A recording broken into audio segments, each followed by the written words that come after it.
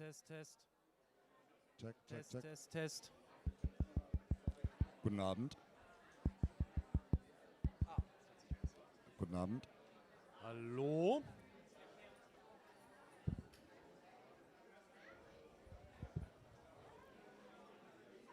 Schönen guten Abend zusammen. Könnt ihr mich überall hören? Ja, das sieht gut aus. Toll. Wunderbar. Ich begrüße Sie, ich begrüße euch ganz herzlich in der Mai-Galerie der Tageszeitung Junge Welt. Ich begrüße selbstverständlich auch alle Zuschauerinnen und Zuschauer vor dem Livestream und hier, das könnt ihr im Stream nicht sehen, wir im Saal sehr wohl, die vielen hundert Menschen, die draußen auf der Straße stehen, leider nicht mehr rein dürfen, weil wir überfüllt sind, die aber trotzdem zugucken können, zugucken wollen und auch den Ton nach draußen übertragen bekommen. Also allen drinnen draußen in den Streams ein herzliches Hallo und Willkommen zu dieser Veranstaltung.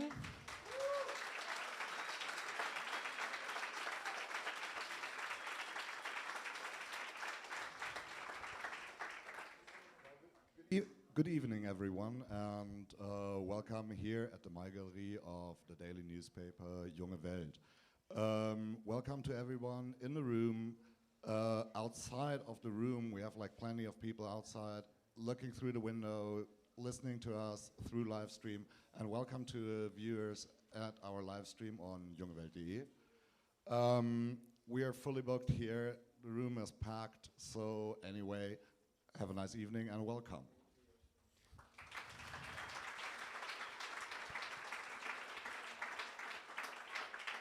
Wir erheben unsere Stimme gegen Völkermord und Genozid.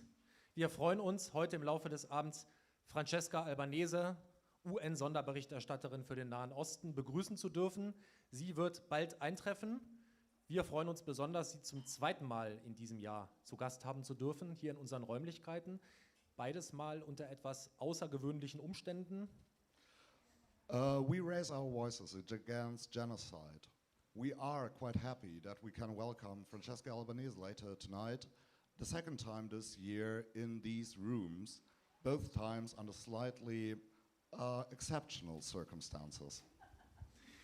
Im Februar, als Francesca das letzte Mal hier war, hatten wir hier den größten Polizeieinsatz in der Geschichte der jungen Welt. Über 200 uniformierte und bewaffnete Beamte, mehrere bewaffnete Beamte hier im Saal, die trotz unseres Widerspruchs, trotz unseres Hausverbots sich unter Androhung von Gewalt Einlass verschafft haben und 25 Polizeiwagen hier außenrum. Ihr könnt euch vorstellen, wie das aussah. Heute ist es zum Glück bislang ruhiger. In February, last time Francesca Albanese was speaking here, we had like the biggest police action the Junge Welt has ever seen. We had like over 200 cops around, 25 cars. Tonight it's rather quiet compared and, well... Es ist nicht ganz ausgeschlossen, dass wir auch heute noch Besuch bekommen. Ich möchte das deshalb erwähnen, weil ich euch bitten möchte, euch auf keinen Fall provozieren zu lassen. Bleibt ruhig, lasst die Staatsmacht sich ausagieren. Wir wollen unsere Veranstaltung friedlich und selbstbestimmt in einem geschützten Raum durchführen. The reason I'm mentioning that is that we can't exactly exclude the possibility that we'll get visitors tonight too. So I would kindly ask you to keep calm, carry on. We want to have our event here self-determined and quietly and at peace. So, und wir kommen jetzt langsam zum Ende, damit es dann auch losgehen kann. Ich möchte die Gelegenheit noch nutzen, um zwei Dinge bekannt zu geben. Am 10. Januar 2026 wird die Rosa-Luxemburg-Konferenz stattfinden. Manche von euch wissen vielleicht, was das ist. Alle anderen haben die Möglichkeit, den Jahresauftakt der deutschsprachigen Linken live zu erleben. Wieder in Berlins Wilhelmsruh. Tickets können bereits gekauft werden. Dazu seid ihr alle herzlich eingeladen. Francesca Albanese ist übrigens auch eingeladen. Two really short announcements at the end. First of all, the ticket sale for the Rosa Luxemburg 31st International Rosa Luxemburg Conference has already started. For those of you who know it, it is, or don't know it, it is sort of the year's start for the radical left in the German-speaking countries. And you're all cordially invited, as well as Francesca Albanese, who might as well join us there. Da die Tageszeitung Junge Welt wie der Name schon sagt, eine Zeitung herausgibt und solche Veranstaltungen wie diese auch nur stattfinden können, wenn wir die Zeitung verkaufen, wenn Menschen die Zeitung kaufen, lesen und abonnieren, möchte ich die Gelegenheit nutzen, euch darauf hinzuweisen, dass man hier auch ein Abo machen kann, auch ein kostenloses 2-wöchiges Probeabo. Bei uns endet sowas automatisch, wir bescheißen da keinen. And since the Tageszeitung Junge Welt is actually a newspaper and our economical survival is based on the fact that we sell newspapers, I'd kindly invite you to buy the newspaper. You can as well make a subscription here in the room, even like a free one for 2 weeks, which will end automatically. We are not cheating anyone. Ich wünsche Ihnen und euch eine interessante, gewinnbringende, informative Veranstaltung. Hoch die internationale Solidarität.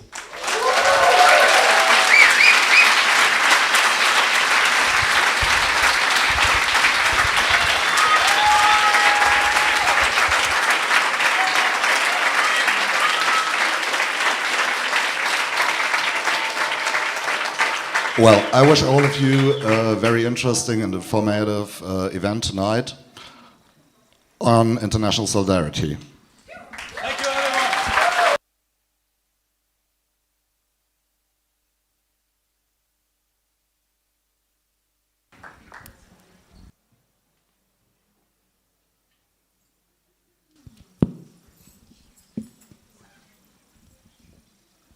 Genocide is a crime, as is decades-long occupation, forced displacement, seizing of natural resources, unjust imprisonment, home demolitions, aerial bombardment, AI-powered mass killing and destructions of the very conditions of life.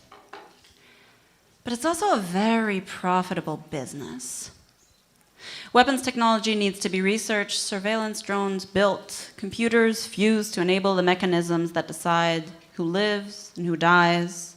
Machines that are used to construct settler roads need to be built. Solar panels need to be installed on stolen land. Hotels in occupied territory need to be advertised, rented out, and sold. As the largest economy in Europe and the second largest weapons exporter to Israel, despite recent untrue claims that Germany has stopped delivering weapons, German companies make a lot of money on the occupation and the destruction of Palestine. It takes a lot of work to destroy, displace, maim, and murder. That work could also be used to restore, rebuild, repair, and better. But hundreds, if not thousands, of companies worldwide decide to use the productive capacity of their workers for the former and not the latter. This is racial colonial capitalism, an economic system that profits off of the destruction of lives and lands in the so-called global south for the benefit of shareholders in the global north. Germany and German companies are deeply, deeply complicit in this war machine that just this week has bombed 6 different countries: Lebanon, Syria, Yemen, Qatar, the global Sumud flotilla in Tunisia, and of course, Palestine. I'm grateful that all of you are here today to join us in this deep dive into German corporate and academic machinery that is underpinning Israeli settler colonialism, apartheid, and genocide. I'm Yara. I am a writer. I have become a researcher on political violence more by force than by will. And I'll be moderating this event tonight. We have 2 panels tonight. The first panel is going to be on academic complicity, and the second panel is going to be on German corporate complicity with the genocide in Gaza. And we'll have a short break in between. I also want to say, for the live stream, you can watch this, we'll record it, we'll afterwards put it online. Obviously, you're all welcome to take pictures and film, but please don't take pictures of the audience. That's what we'd ask you. And I also want to say, we tried to get a bigger venue, we just really couldn't. There just was not a place in this city that on the short notice that we organized this, would give us a venue large enough for the demand, because there is demand. Like, we could have filled up an 800 space venue, no problem, and instead we are here, which I'm very grateful for. I want, like, many, many thanks to Junge Welt that they are hosting us here.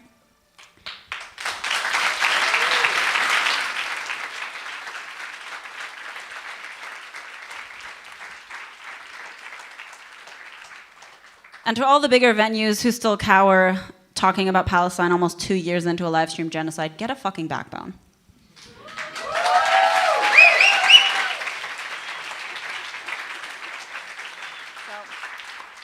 Before we start with the first panel, we are blessed to have a presentation from the group Court Watch, Solidarische Prozessbegleitung, that's Palestine on Trial on Instagram, who next week will be publishing their first report with the findings of a year and a half of watching Palestine repression-related trials in Berlin. They are having, like, officially launching this report next week, and we have Rosa Gary Perez, journalist, who will be introducing it.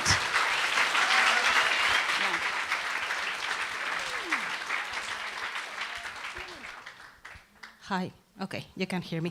So we are Solidarische Prozessbegleitung, Palestine on Trial in Instagram, and like she said, Yara said, we are going to present our full report on the 19th. So now I'm just going to go very briefly through our findings. So if you want to know more, come next week.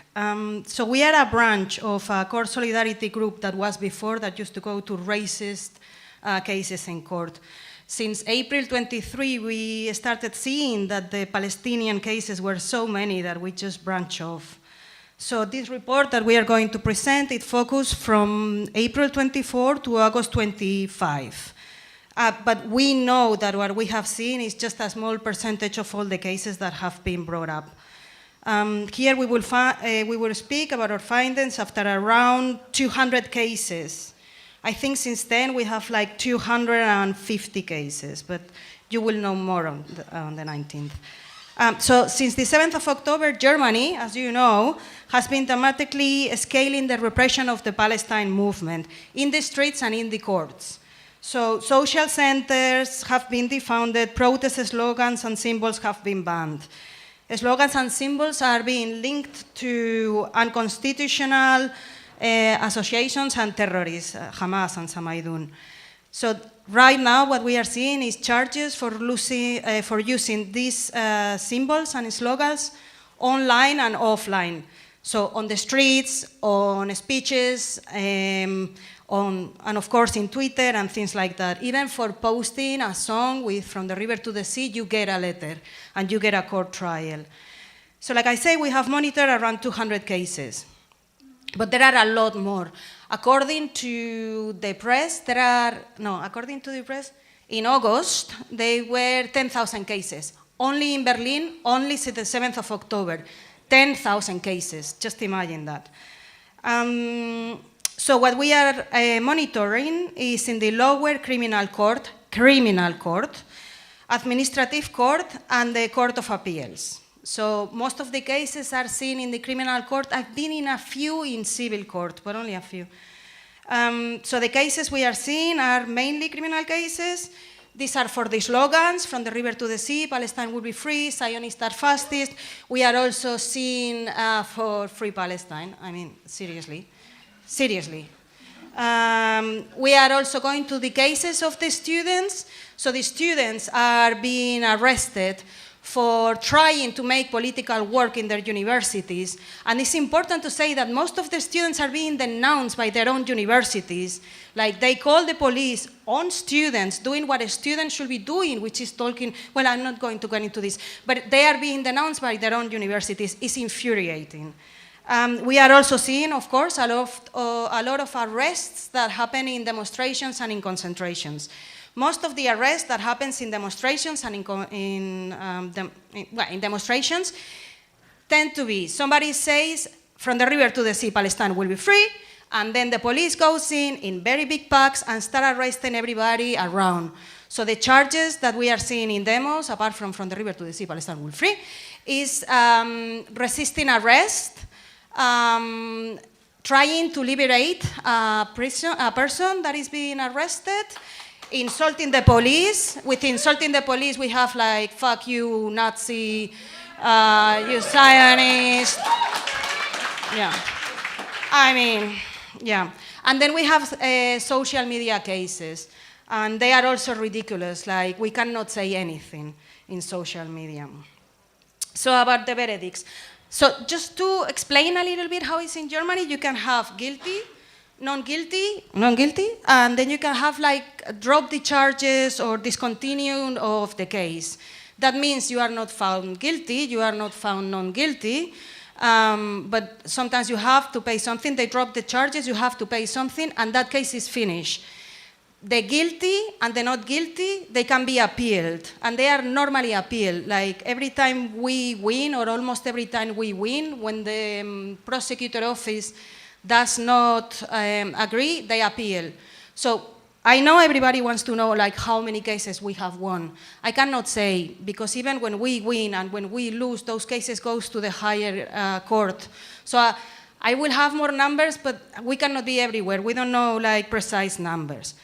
With the charges drop, they cannot bring up this case again. So many people decide to have the charges drop, even though it's annoying because people have done nothing wrong and From the River to the Sea will not have to be dropped. They drop it so that the prosecutor office cannot bring it up again. Okay. So now we have seen around 50 guilty, 40 non-guilty, 40 charges drop, and the rest have been postponed. And I have to say that most of the cases that we have seen non-guilty have been From the River to the Sea, Palestine will be free, because there are 7, and 7 out of 40 is it's a high percentage. So many cases, most of the cases have been postponed.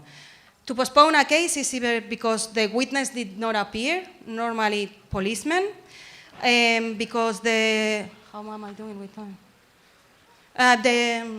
The president of the unit did not appear, or an expert witness, especially in the slogan cases. So there has been a lot of postponed cases. They also usually, they tend to postpone the case if there is a rally outside court. They really hate the publicity of what is going on inside the court. So keep going for everybody that organized the rallies. Yeah.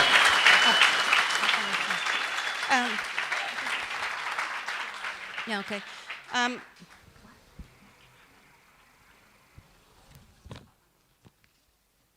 Go quickly. Okay, so what we want, so the power dynamics and narrative in court is judges and prosecutors make overly political statements. They normally, not normally, but they oftenly refer to the genocide as Israel reaction to the 7th of October. They often say Israel rights to exist, and we have never heard Palestine rights to exist. So it's overly political context. When somebody speaks about the genocide in Gaza, they call it freedom of speech or freedom of thinking. So the genocide, you are free to think there is a genocide, is not a fact. It's just like freedom of speech. And then they say, like, let's go to what you have done wrong, like if there is no genocide. There is a structural racism. People of color, especially Palestinians, are oftentimes given a special integration talks. So they can integrate into the German rule of law as part of their trainings. They are also they get respect training. So they are being treated as emotional and violent people, and not as the valid political actors with just demands that they should be heard. Also, when the Palestinians say they are Palestinians, they often say they are stateless, so they have no country. Again, Staatsraison. Then we have political police impunity. The police officers we have seen have only appeared as witnesses, never as accused, and we all have seen what is going on in the street. To our knowledge, not one single policeman has been brought up to justice like successfully. There have been attempts, but no success. Judges and prosecutors privilege their testimony over other evidence, like videos, or when you have your own witnesses saying, I saw what happened. If a police says something, unless you have a video that clearly proves that they are lying, they believe them. Even if you have like two policemen giving like contradictory statements, they believe them, and they ask to the second policeman, do you want to rephrase that? Because your colleague didn't say that. So it's infuriating. And there is, even when they are caught on a lie, there are no consequences, and they are not being tried for lying in court, which shouldn't be.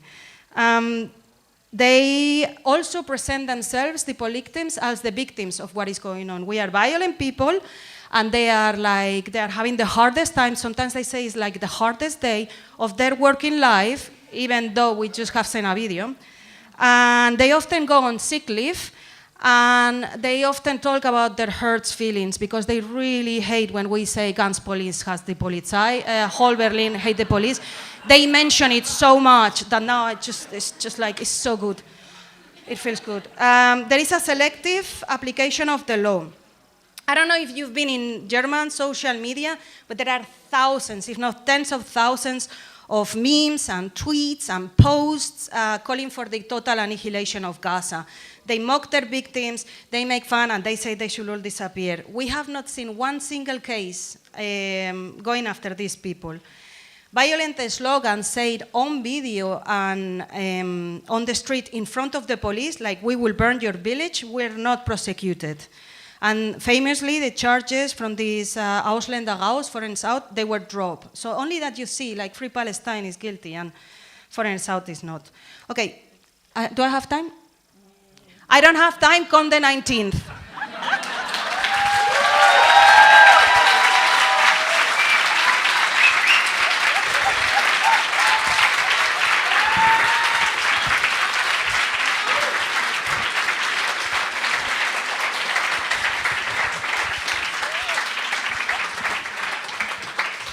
Thank you, Roser. Thank you, Palestine on Trial and Solidarische Prozessbegleitung. Come on the 19th. Where?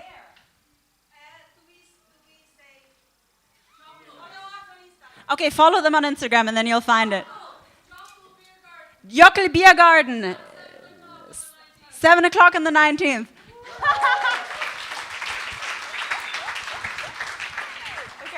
I have the great pleasure to introduce our first panel now.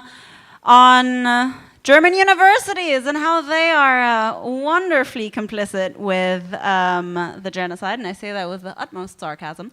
And I am very happy to introduce our guests, Mimo from Not in Our Name TU and Academic Opposition.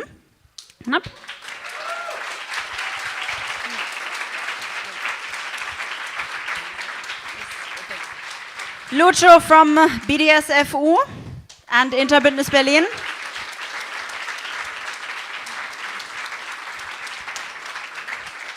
And then we have comrades here from the student group in Munich, and they have decided that it might be a little bit risky for them to show their face, so they have a video prepared for us. So give it up for them anyway.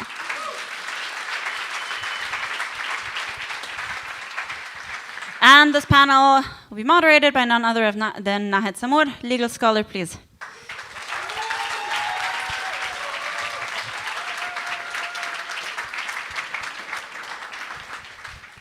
Thank you all very much for showing up, and I can't help but my first remark being and observing that yesterday's event, when Francesca Albanese was speaking at Free University together with Eyal Weizmann as part of the European Society of International Law, the university managed to keep the lecture hall half empty. And this here is an exact reaction, right? Because university keeps on closing off these conversations. We want to know what's happening in the universities, how they're doing research, who they are cooperating with, who's being invited, who's being disinvited, which kind of awards are not being given. And so you see a total direct correlation between the university shrinking and keeping these kind of discussions out, and this places then in conversation being totally packed, right? So there's an immediate correlation here. So thanks so very much for coming. We will open, so Francesca's gonna join us in a bit. She will not miss anything because she already is very, very closely familiar with the contents of the reports. And I really wanna highlight that one of the reports really made it into the report of the UN Special Rapporteur on the occupied Palestinian territory, which is the report of the Technical University Munich. So we are going global in that sense. So a big round of applause for the academics at that university.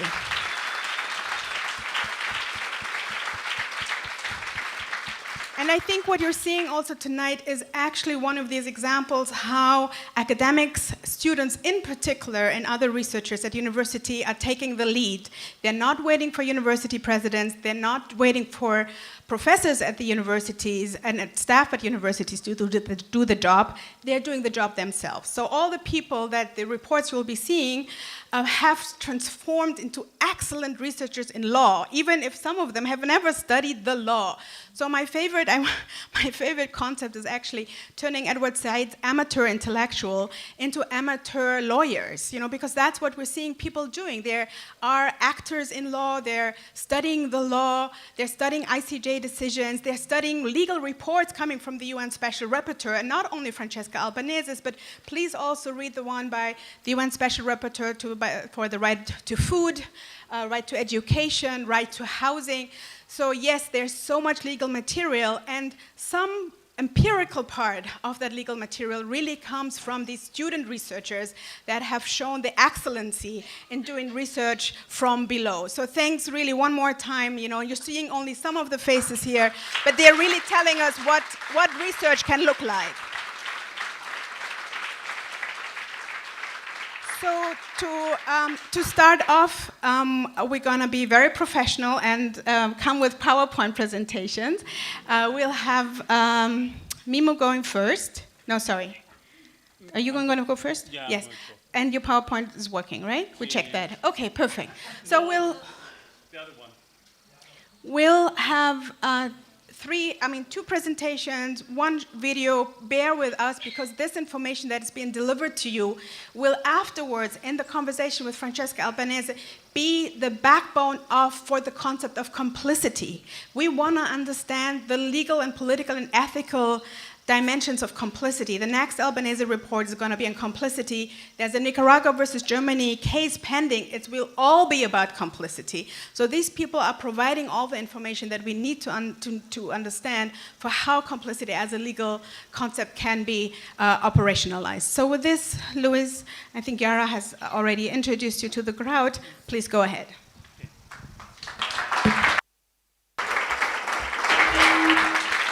I'll take this one. Thank you very much, Nahed. Before starting, I just want to make a short comment. Today it's 11th of September. I'm Chilean. And it's a very significant, it's not very big quantitatively. They don't export a lot, in comparison with other producers, but they are qualitatively very important. They produce in technologically pioneering sector. So that's why I include here the unmanned air system and the cybersecurity. They entered there when they were just starting to develop, and now they are doing this with the AI. So it's central to Israel's capital accumulation, the dependence on research and innovation. And I say this because one of the things I started to think about when I was preparing the report and kind of explaining to me why does the political action on academics spaces has potency, is because I believe that academic work has an economic impact. It's not just abstract confrontation of ideas. It's actually something through which capital valorizes. So I try to more or less explain how. Next one. So basically, sometimes the connection is not direct, but in a general sense, academia plays three roles in the production process. First of all, they have what they call upstream science, which is the general research of laws. So the universities don't research the cure for cancer. They research specific properties of cells and the way they relate to each other and so on. And then there's a second step, which is the technological development from that first step, right? And normally the people who do the second technological application, which is called downstream science, participate in the first part of the process. And then finally, the universities are also like an institution where like the professional, like qualified working class that directs these like technified processes is formed, right? This sounds now very abstract, but I will move towards like a concrete example of this. If the PowerPoint, yes, a little late. Yeah, this is, just very quickly. What you can see here is a short graph that shows how like the individual research by like corporate sciences has like reduced in the 80s. This is the neoliberal reform, while like the public publication of papers has like risen steadily, and also like the patents and intellectual property number has risen. So what is happening? Like science is produced publicly, but then appropriated privately through patents, right? And this is done when like corporate scientists operate in particular like places where like pioneer science is being developed, right? So they can see what's being developed and they can jump in and patent something, so it's a race against time. Like technological development is not developed in big ways like privately. It's hugely developed like through public funds and publicly. Like a lot of this stuff is like publicly available. This is very important, like because like when I did the research and people ask, they are like, hey, like what kind of like weird door did you get into to find like these projects? They are not secret. They are all bragging about this. This is all in their webpage. Like researching is basically getting in the webpage of the universities and like just scrolling and surfing, because they are all bragging about this. And this is part of the way in which they bring people and they bring funding. So I put here a very concrete example of how this works. This comes from an article from Hebel Jamal, which is called How German Academia Contributes to the Surveillance of Palestinians. So the process starts with the Ministry of Education and the Max Planck Institute that fund these Minerva centers, which are like centers like focused on specific research. And in this case, like the Ollendorf Minerva Center for like vision and image sciences. The person who was in charge of this was Professor Yehoshua Zeevi from the Technion. And through this like center, he published like 2 publicly available papers on like neurological connections, right? And then he quotes his own papers to register the patent that allows him to start like the startup which is called like Cortica, right? And through Cortica, he developed CoreSight, like along with his assistants, which is the AI that's being used to target Palestinians in Gaza, right? And then he also stayed in the Technion because it was a position where he was able to recruit qualified workers to direct Cortica, right?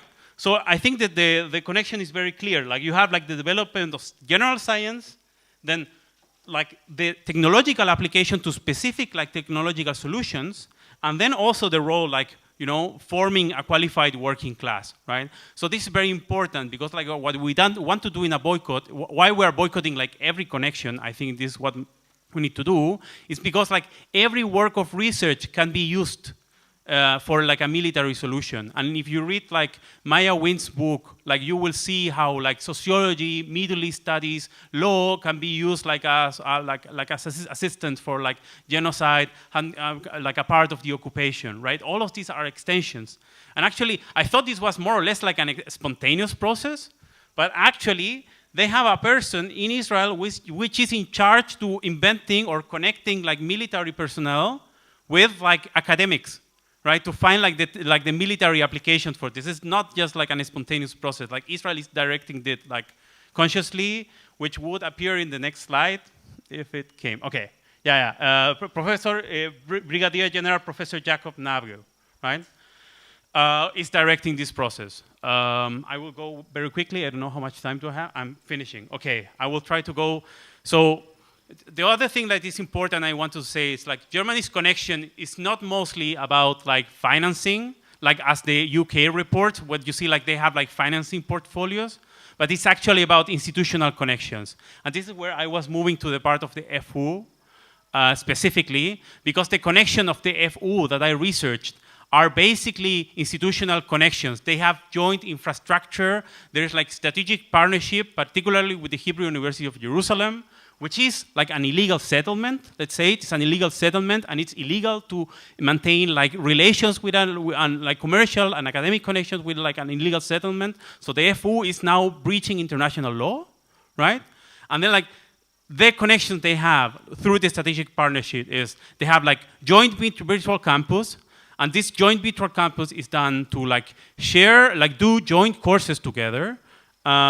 They have like special allocated funding for projects like for research project between academics in Hebrew University of Jerusalem and like the FU and so on. They have many like active research projects, like we have a list like in our report and so on.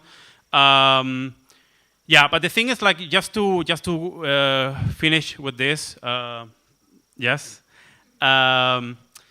The importance of like a boycott strategy right now, I organize like the report for the FU, but we are actually now like organize a national strategy, right? Because the connection like with the Israeli academia is international, is European, particularly through the Horizon project, where Israel is a big stakeholder. But they are participating, they're not taking money. That's very important. They're not taking money from the Horizon program because they have to pay to be in it. They are participating there by having joint infrastructure, participating like with like academic groups from Europe to develop like joint like research projects, right? So now what is important to do is to kick them out like from the Horizon program or for all like academic like collaborations, right? This will work first of all through a grassroots campaign where we need to block every kind of like initiative, joint initiative, like classes, like research projects, like etc. We need to raise awareness. We need like people to step out of these courses. If you are in a joint course, don't apply to it, step out, inform others, like join your local like BDS, join a group, join your local like academic boycott group, like raise awareness about this.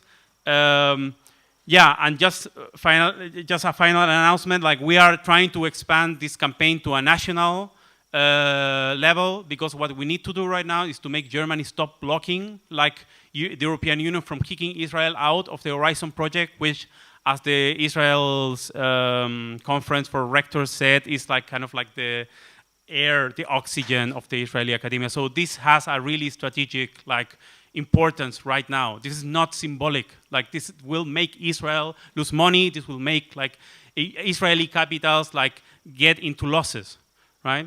So this is what we need to do. We are doing a national campaign which will launch middle of October. And we are also planning to do like a conference like at the middle or beginning of November, if I don't remember correctly. So please organize and let's join together to like put a stop to this, like from where we are.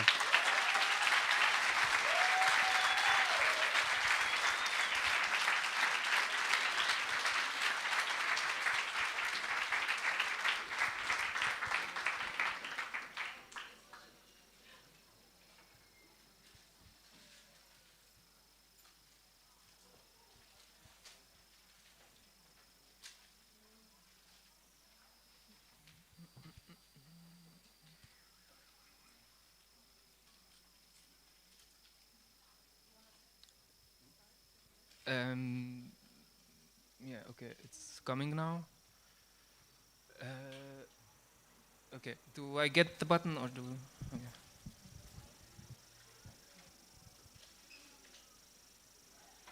Yeah, first of all, thank you everyone for being here. Yeah, okay, thank you.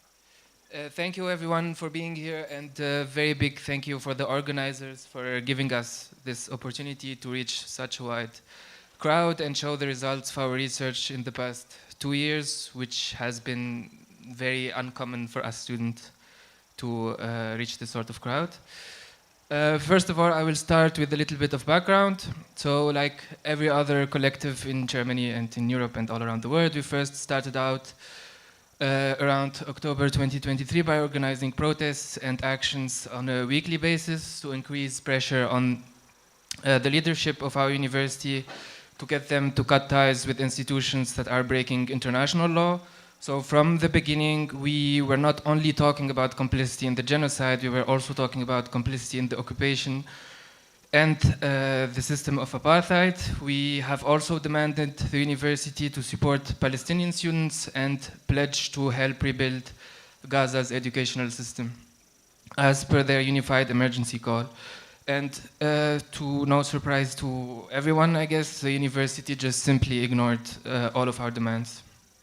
Now, we very quickly also realized that part of the problem was just how students, professors, administration, and even parts of the leadership themselves were completely unaware of the extent of their complicity.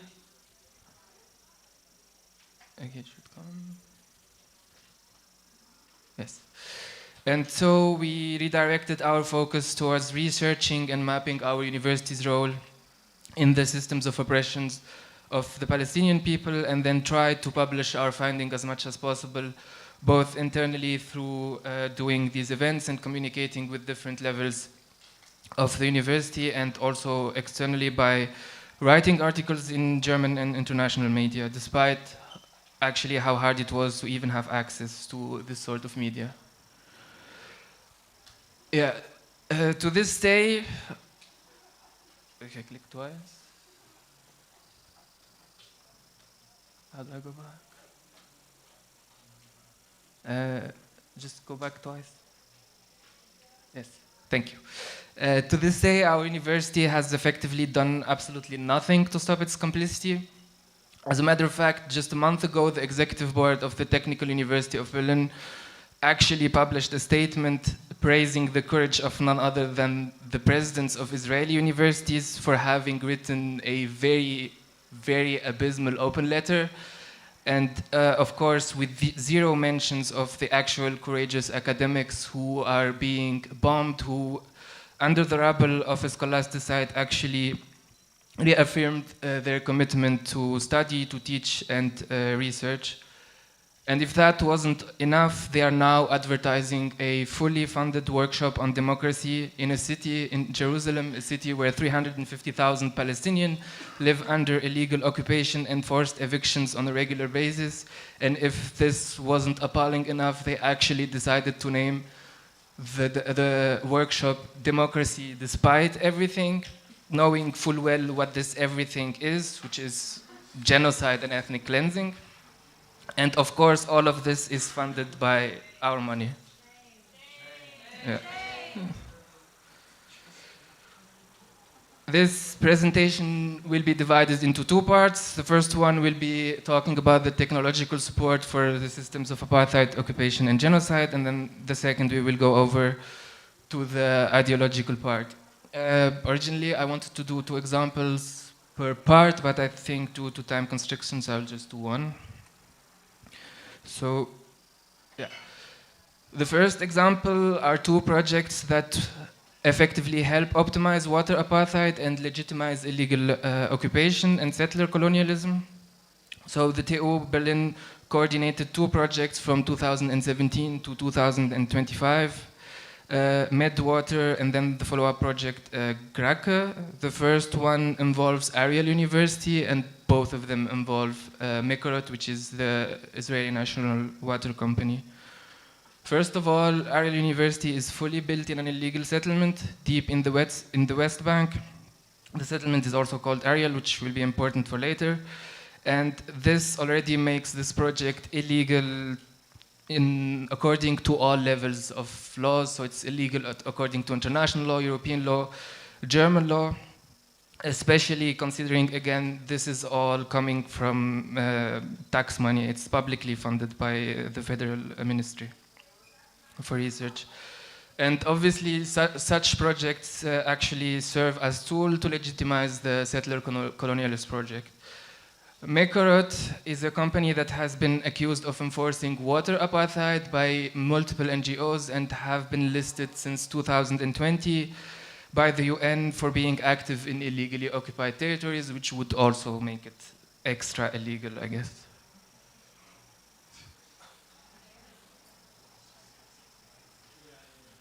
Does it go on?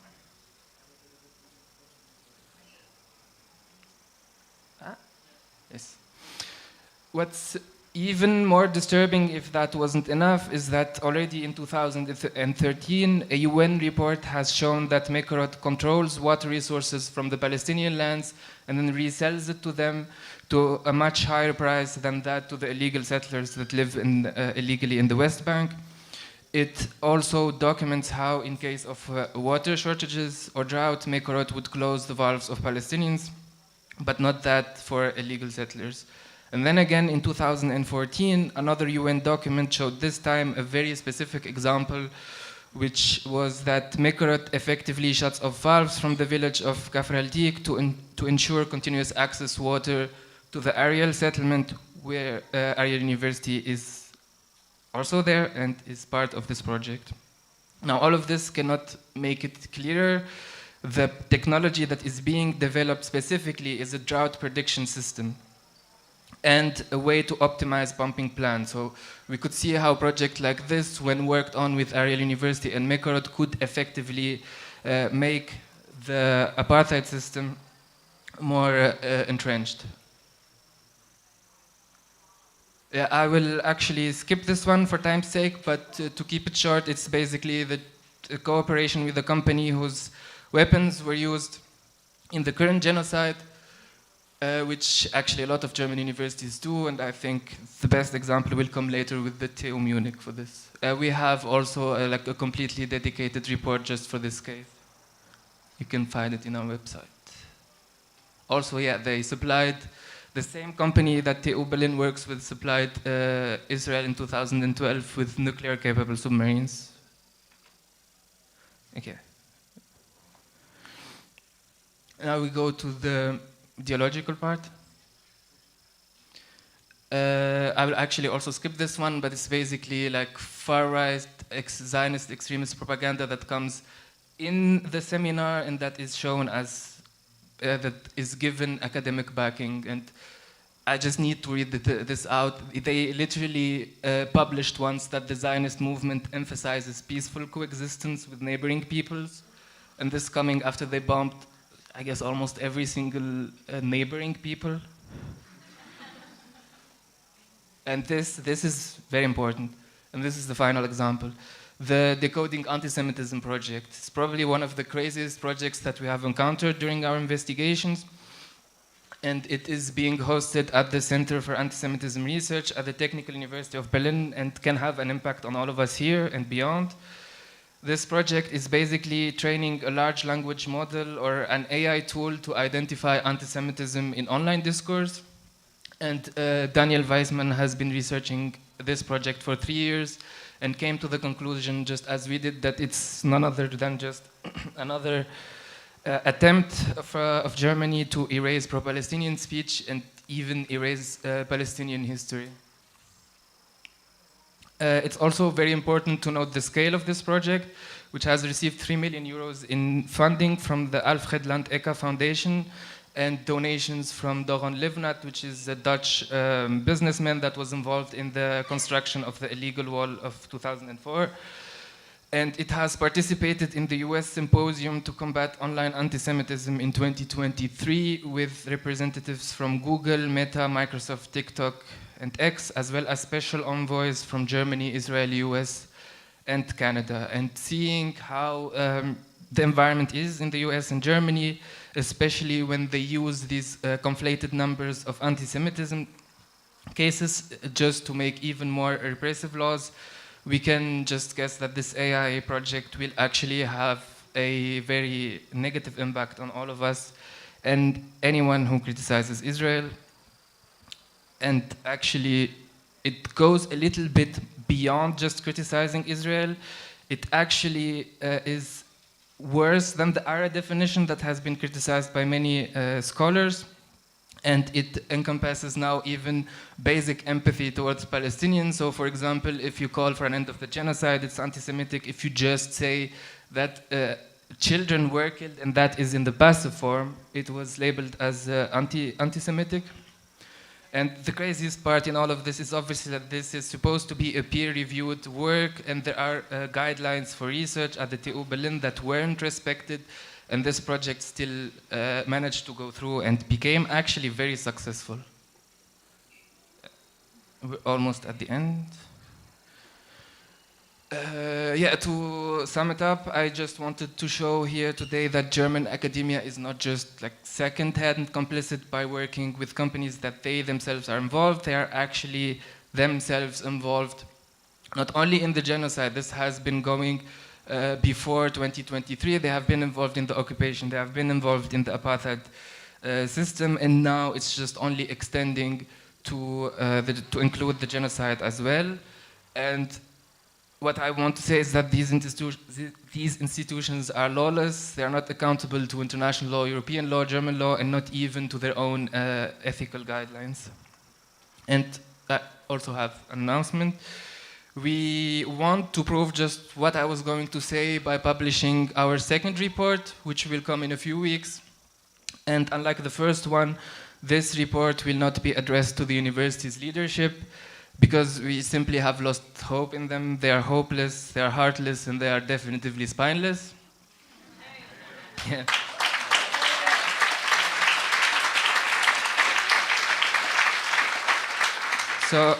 So we would like to echo the call from Lucio and say that we are now turning our focus to the students, to the professors, to the employees who are the backbone of universities, not the top bureaucrats who are bound by political obedience. This complicity is actually our collective responsibility, and it is really only possible if we keep giving it the most valuable asset, which is our labor, our research, our commitment. So we call on all members of university to stop this, to join also academic boycott. We need to finally reclaim academic freedom in a way that actually gives us the freedom to just refuse projects that help racist colonial agendas to take place. Thank you.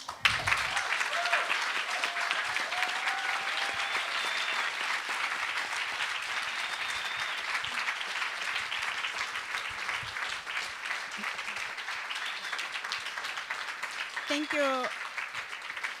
Thank you very much. We're going to see now the clip from our colleagues from the Technical University of Munich, Academics for Justice. But I really would just want to highlight one more time that these reports show the kind of excellence in research, providing the numbers. You've listened to high, like, research budgets of over like 3 million euros, etc. The exact kind of institutional arrangements, the budgets for it, and even that for a project like Zionism or Staatsräson, academics are willing to undermine academic standards even, right? So this is like both has a very material and immaterial kind of implications. And I'm happy now we're turning to the academics of justice from Technical University of Munich.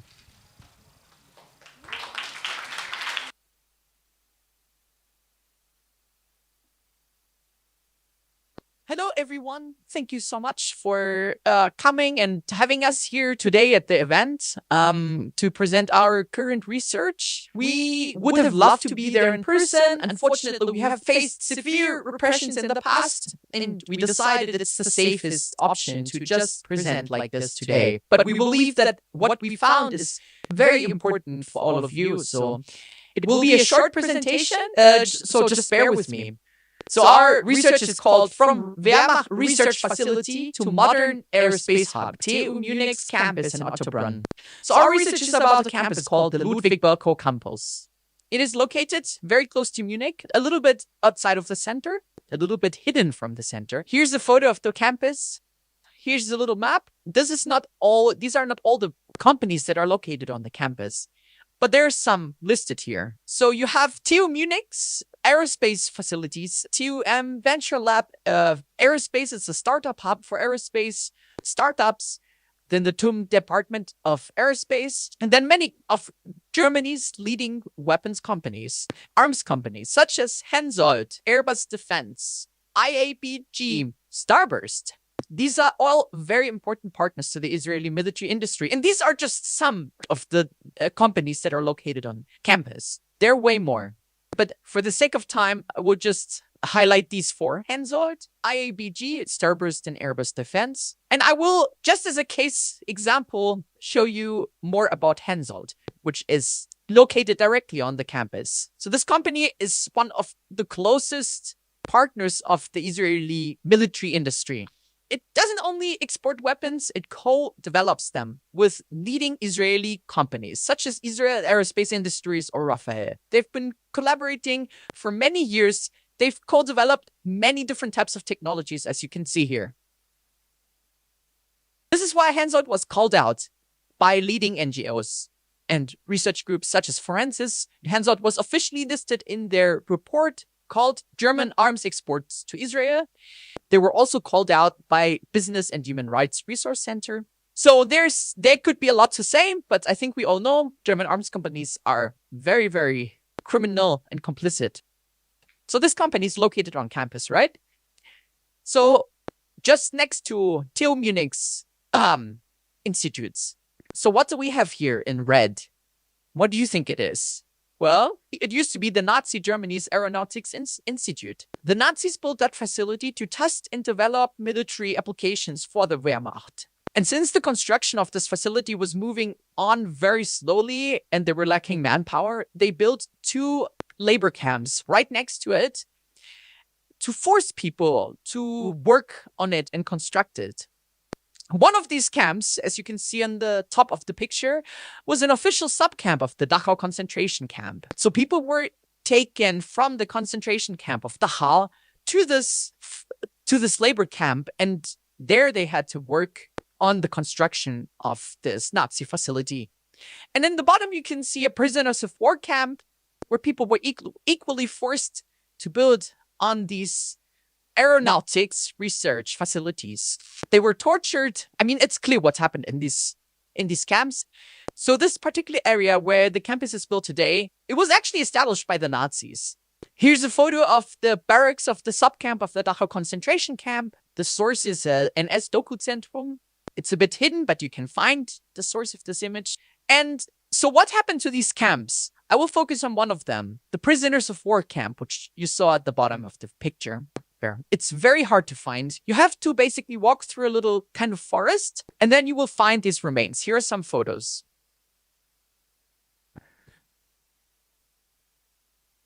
So you will see them. It's abandoned. It's not taken care of at all. It's not an official site to visit. So why are there only a few remains left? Well, in 2017, the camp was largely demolished. Here's a photo. The cellars were demolished. This all happened in secrecy without the public really knowing about anything about it. This was in 2017, and in 2018, 1 year later, Bavaria announced the Bavaria 1 aerospace program with the goal to expand the campus and establish the TU Munich aerospace department on the campus. None of all of this information about the history of the campus can be found on the campus website. There is no mention of the labor camps. There is no mention of the Nazi history. There literally is no mention of any sort of history on the official campus website. So back to the now, since today we want to address academic complicity.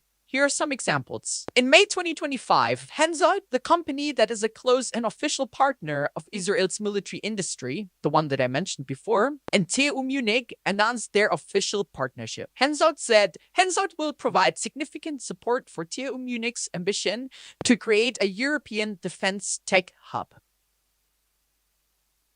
Let's also have a brief look at IABG. The headquarters are also located here. IABG was involved in the largest defense export agreement in Israel's history 3 months ago. The Israel Ministry of Defense celebrated the deal on LinkedIn, naming IABG as part of Germany's key industry. In 2023, IABG announced their official partnership with TU Munich. Starburst is another company located on the campus. We don't know if they collaborate with TU Munich in any way or officially, but still worth mentioning since they're located in the same area. Starburst is a startup accelerator focused, as all the other companies, on the arms sector and conducts workshops with the Israeli Air Force. So these were just a few examples that really just scratched the surface of this. To come to an end, let me cite what the president of TU Munich wrote in Der Spiegel just a few days ago. Universities must stop hiding behind the civil clause. anyone who wants peace must be ready to defend it. We plan to establish Europe's largest university center for aerospace at TUM. I hope that more universities will become aware of their responsibility and free their researchers from the chains of the civil classes. Anyone who wants to secure our free democratic basic order and peace must be able to defend it. In the article, he talks about how this type of research is part of academic freedom. Let's not forget what TU Munich did to its own students and researchers in January 2025. On that day, we went to a lecture hall for an announced dialogue meeting about TU Munich's activities in an illegal settlement in the West Bank. The administration was invited to the meeting. We were then led inside the lecture hall by the administration and waved in by security guards. Once we were inside, dozens of police officers stormed the hallways and at some point even locked the doors. We were detained, searched, and intimidated. We don't want to mention this to pretend that we are the victims here. We want to highlight that TU Munich and the Bavarian or German state will take any measures to uphold their collaborations with the Israeli military industry, which will continue to fuel the genocide. Thank you so much for listening today. Our full report with all of what I mentioned today and more will come out next Monday on September 15th. Check out our report on academicsforjustice.com and feel free to reach out to us. This is our email.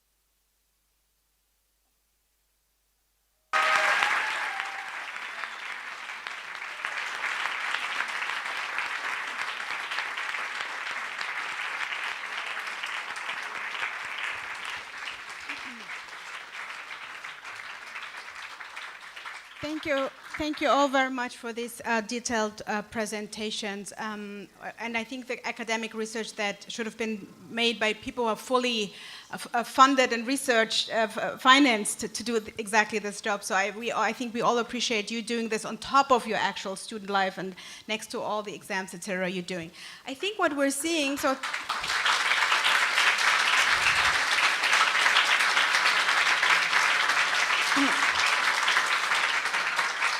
So I think what we're seeing here, and I think what the report, the student academic reports, but also Francesca Albanese's special rapporteur report makes clear, is that the violations of international law that Israel is committing would not be possible without the sustained, intense assistance of other nation states, but also other corporations and other universities, right? So I think she is, all these reports make clear that the illegality is sustained, the harm is being done in a co-production, right? So this is not only one nation state doing it, but it is doing it with all these other nation state corporations and even universities. So interestingly, the reports are trying, maybe to some extent, realizing that Israel is not willing to follow any international law norm, right? I think we've all they were under no illusion that if only you pressure Israel enough,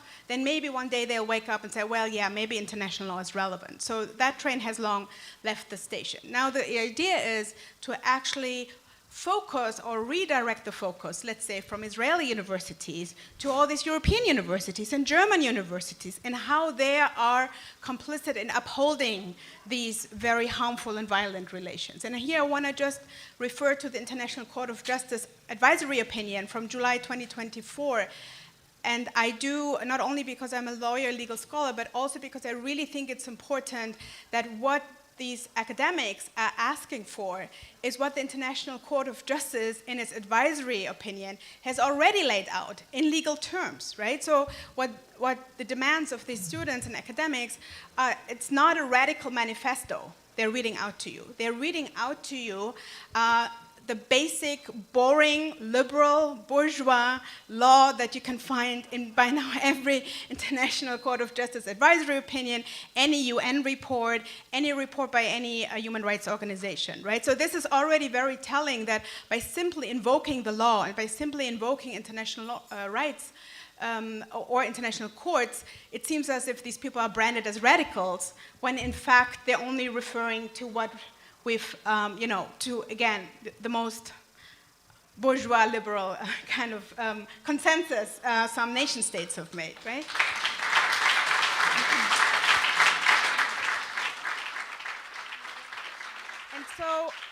And so I think it's important that we're seeing this kind of as a co-production of genocide, right? So, and this is why it becomes like kind of an inward-looking, and a positive kind of sense, an inward-looking perspective, right? What is it that our very own institutions are doing to uphold the illegality of the situation and the harm of the situation?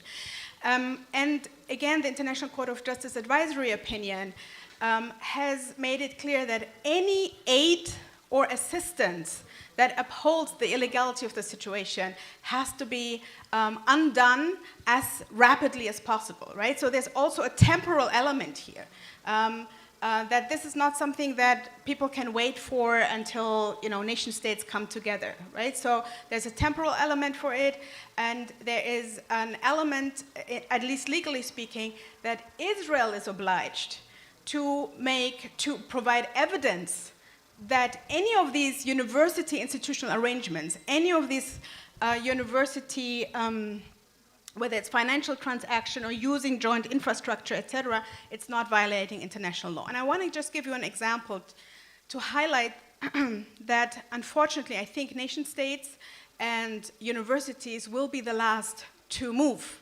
I think the entities that will start moving are entities in the economy. We've seen big insurance companies like AXA, for instance, withdrawing from projects in the occupied Palestinian territories. We've seen the Norwegian pension funds withdrawing. And one of the recent examples, and here's why I want to refer to the International Court of Justice also, all the Israeli bonds are sold within the European Union via the Irish Bank. Now, only last week, the Irish Bank has requested from Israel written evidence that these bonds do not uphold an illegal situation, do not violate international law. And what did Israel do? It couldn't provide any evidence that it's not violating international law. So what I want to say is that the burden of proof, who has to prove what, is very important here. So it's not the students that have to the academics that constantly have to prove how this kind of institutional arrangement is violating international law. The International Court of Justice has made it clear that Israel has to prove to us that these joint infrastructures, that these institutional kind of financial transaction and institutional collaborations are not violating international law. And of course Israel is not going to do this because it's obviously violating international law. So I really think that I think it's this very empirical material relationship together with the law is helping us to demask and uncover. And obviously, I'm not going to start a praise on the faith in law, because we've seen, and I think the academic researchers have made that very clear, that in Germany they're willing to erode even constitutional law for Israel, right, for upholding the Staatsräson, right? So whether it's freedom to protest, freedom of opinion, you know, the police being called on the students when they're actually coming to meet with university administration. So I think it's clear that the law has some emancipatory potential that I think the students at the sorry, I keep saying students, but we know it's students and it's postdocs and some are like friendly staff, university staff, so it's a bigger group. But obviously there are unfortunately almost they don't involve enough professors, right? So that's part of the problem, right? So I think we're, and here of course now we're still waiting for Francesca to help us really see how this is becoming part and parcel of the concept of complicity, because complicity will be the key legal concept in the Nicaragua versus Germany case, right? So what is it that Germany is doing and German state institutions that is can be qualified as material support for complicity and genocide, right? And so this, and I mean, we're hoping that Francesca is going to join us soon. She's a bit late. She's a bit. The event before didn't want to let her go because they loved her, which is very understandable. So I would suggest we, move on with the panel and hope that she will join us. She'll join us sometime in the next Right. So okay, I think the academics have showcased their research, so it's all for you to use, right? That's why everything is online. That's what you can use it for, both the civil actions, media reporting on it, following up on it. But I think this is like the opportunity now to open it up to the audience and see what kind of questions you have to the researchers concerning academic complicity. So any questions or remarks? I'll take like 2-3 questions, and I'll start here. We have a mic somehow over here.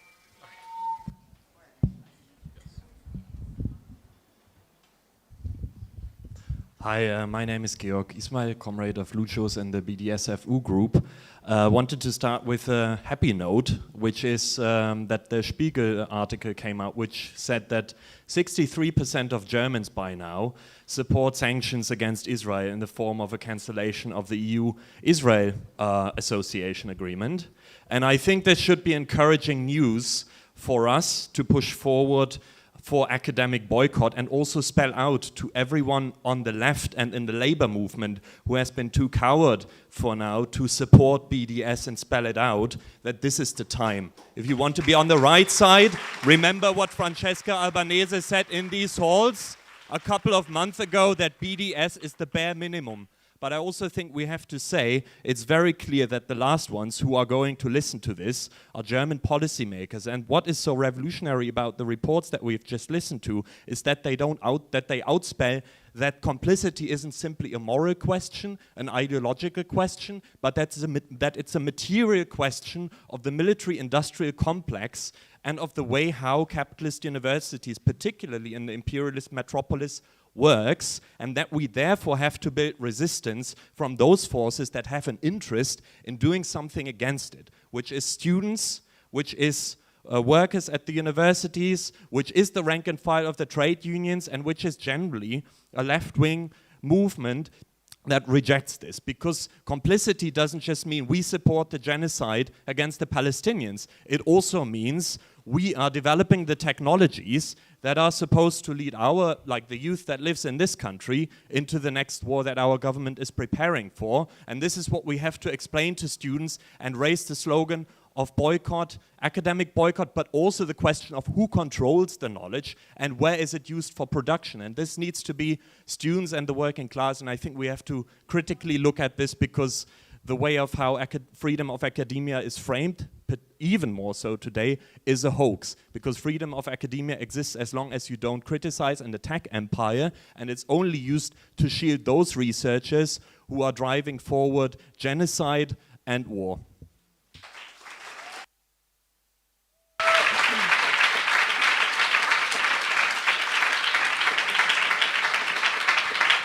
Thank you. Any other questions, remarks from the audience that can be posed to the experts?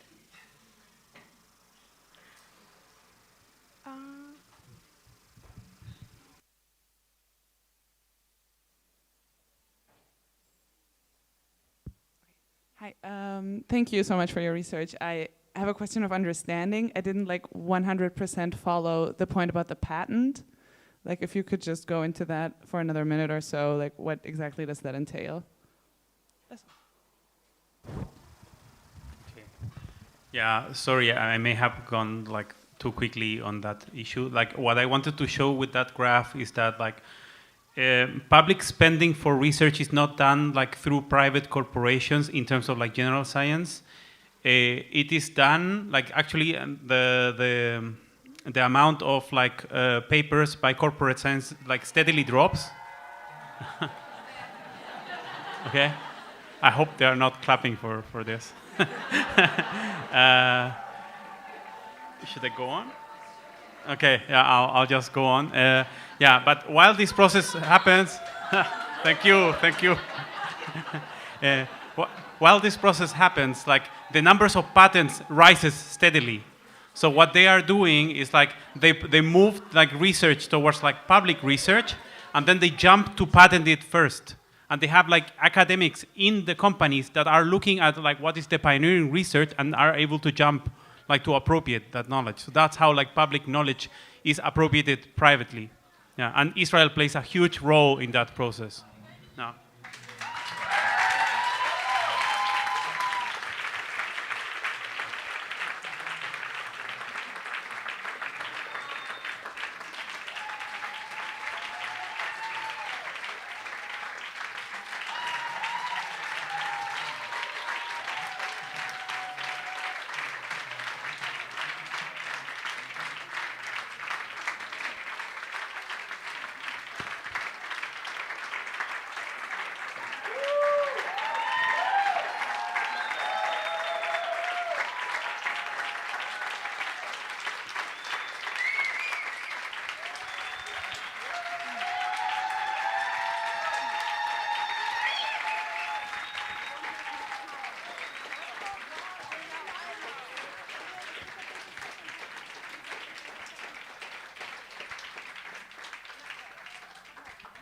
Thank you, Francesca, for joining us.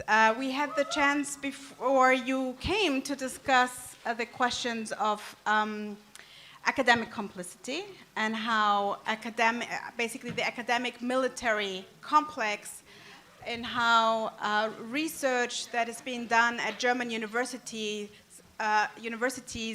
are helping to uphold the genocide, the illegal occupation, the annexation, segregation and apartheid, and the violation of the right to self-determination of the Palestinian people. So these researchers we had here presenting their reports were showing the very material harm the universities are doing with their research and the institutional arrangements and the joint infrastructures.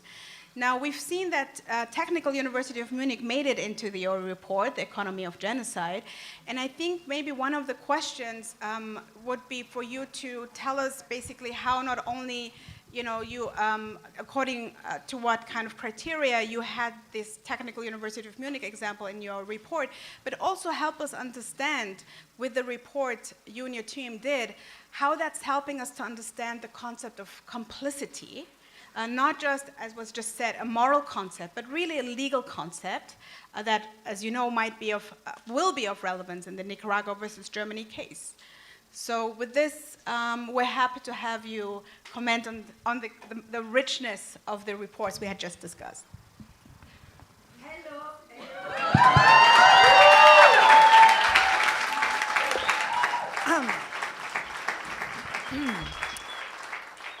So first of all, you can't imagine how happy I am to be here with you, and I'm not going to answer your question, and now, because first I have something to tell to my comrades here, and because I think that you need this more than an elaboration about my report.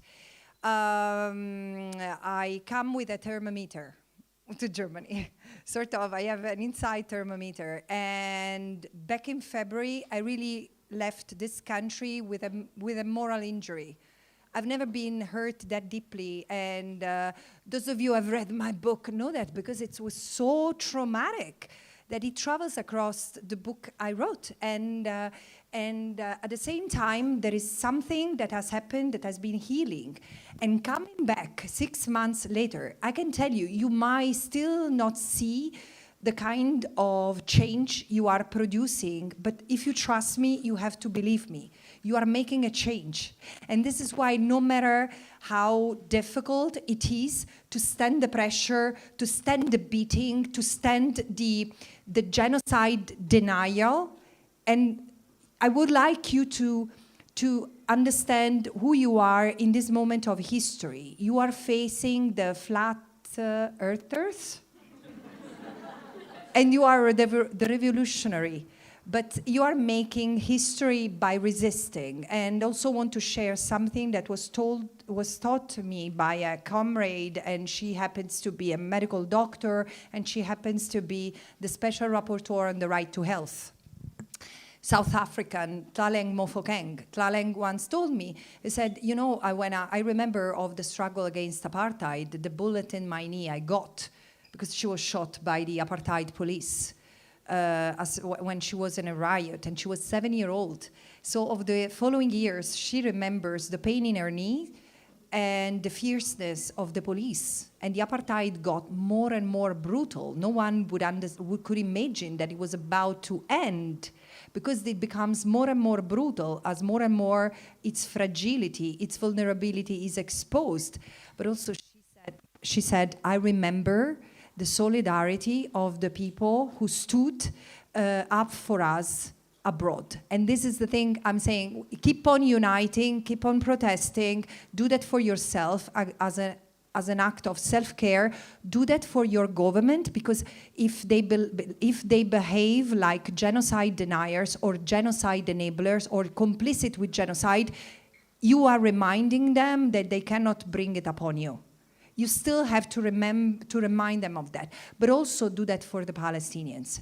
And do that for the few Israelis who are seeing what they're doing and they're opposing it, denouncing the apartheid, denouncing the perpetual occupation, and denouncing the genocide. Now, end of the story.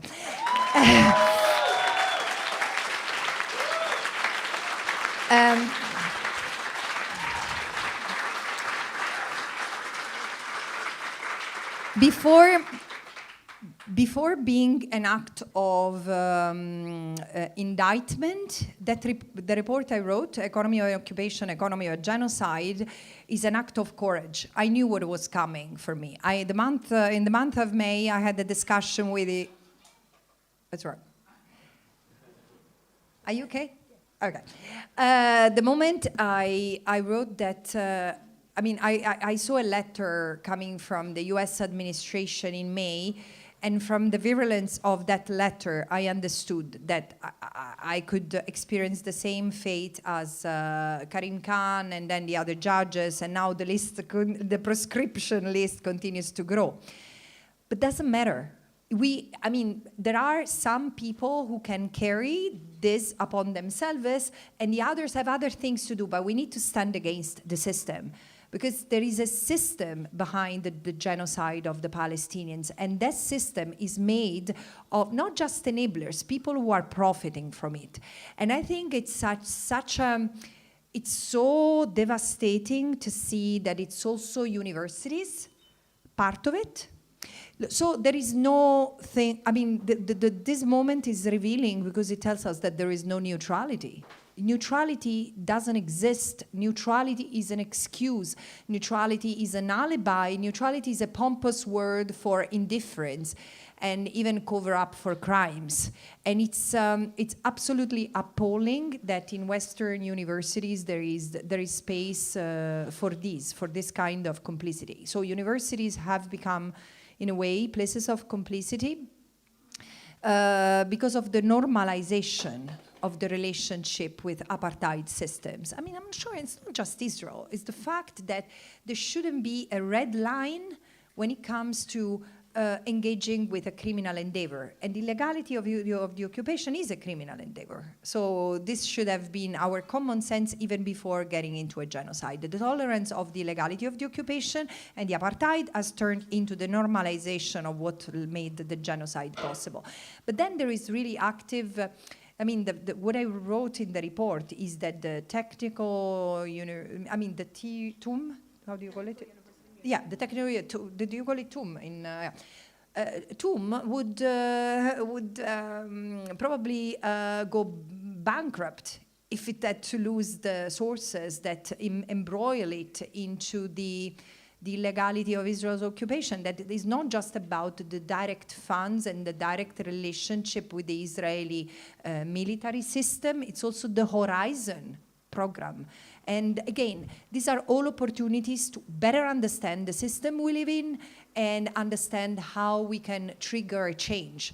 And there is something that goes with, perhaps you want to choose another university, and pay taxes to another university and protest, to keep on protesting against the university, but also there should be judicial scrutiny over partnerships that violate international law. And this is so the kind of arguments I made in that report, and I hope this is something that you can own, because eventually it becomes a benchmark to assess also other universities' complicity. This is a sort of test for your own society, for my own society, on how much we can stomach complicity and how much we can afford the reaction.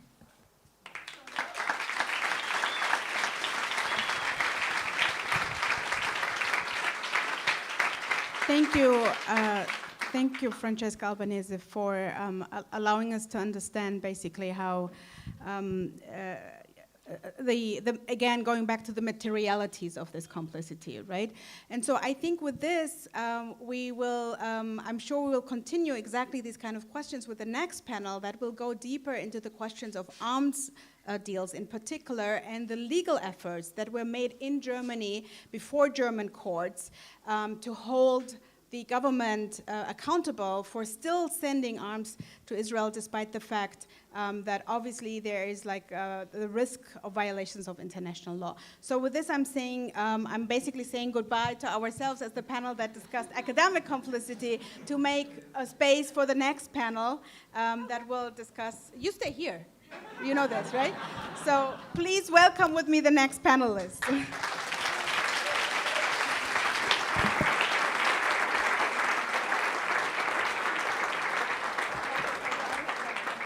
might need 1 minute to get the sound working with Sheer. Okay. So just Hi. No, it's okay. I believe you. Everyone. Thank you so much. Okay, everyone. We were supposed to have a 15-minute break. One person wants it. The break is directly going to take from the time that we have, but also, is there oxygen in this room? You tell me. So should we have a break or should we keep? Okay, keep going. We keep going. Wonderful. Then may I introduce our first panelist? Huh? Okay, yes, I know. You do the sound check. Okay, cool. We will have a very short sound check test. You can do that while we're talking, honestly. Go ahead. Because for this next panel, it is on the... I am going to need your attention, though.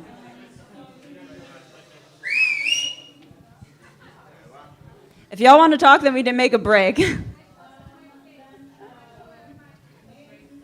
What we're not doing is conversation there and conversation here.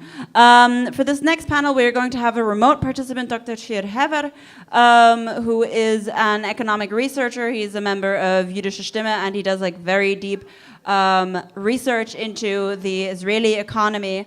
So we're going to have a little bit of a sound check sort of going on in the background, because again, this was a rather last-minute effort to organize this, and.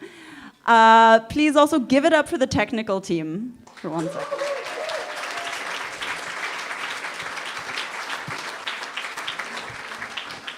There's always a lot of background work that goes into these events, and I think it's incredibly important that we appreciate all the helping hands that you like don't see up here on stage. And then I'm going to be the moderator. Hi. And then, of course, we have Francesca Albanese, UN Special All of us, and also for Germany, for Europe, all of us, and also for Germany, for Europe, because other genocides have not been stopped by mass popular movements. And this is the one we are going to stop, and this is the one where we are going to learn that we cannot afford to get distracted and to get into our individual bubble and care for our mobile phones and care for our salary, forgetting all the rest and delegating to others the public good. I mean, politics is our life. We learned that, or we are taught that politics is a business and you get into politics and this has become your life. But no, politics is taking care of one another. Politics is our common space, is where our collective lives takes turn as well, and so there is a learning curve. Yeah, I think we are moving beyond the most difficult part, and it has taken a lot of sacrifice on all of you. I've seen it. I've seen really the moral injury on so many faces last time I was here. And I've experienced it myself, not just in Germany. It's really the pain of seeing your reputation trashed, the pain of being hit in your like financial assets and families. And it doesn't matter. We still keep our back straight and our head straight. And we keep going because this is who we are. Like we are, and this is why we were discussing today. I think it's beautiful, and probably we could share it. There is something historical also in how much the sacrifice of the Palestinians is liberating us all, because it's making us see what we have done. Not only we understanding better what we have done during Nazi fascism, what we have done through colonialism. What is the reality, really the economic and financial reality that determines the enjoyment of our rights. But also there is something very telling about who Palestinians are in history. And we were talking today about the word sumud, which is not resistance, it's something else. It's resilience. And there is something extremely gracious and extremely giving and extremely active in the word resilience. But it's also the steadfastness, that it's this ability to adapt to the adversities, to be knocked down and then stand up against and become stronger and better. And we are all sort of blessed by this sense of resilience and steadfastness, and we are experiencing it on ourselves. So I feel it's rejuvenating to come back to Germany.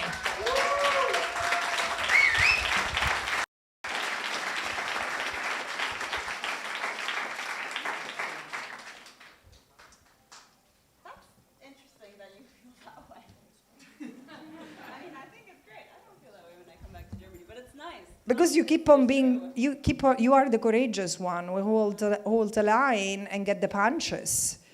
I just see how much awakening those punches are provoking.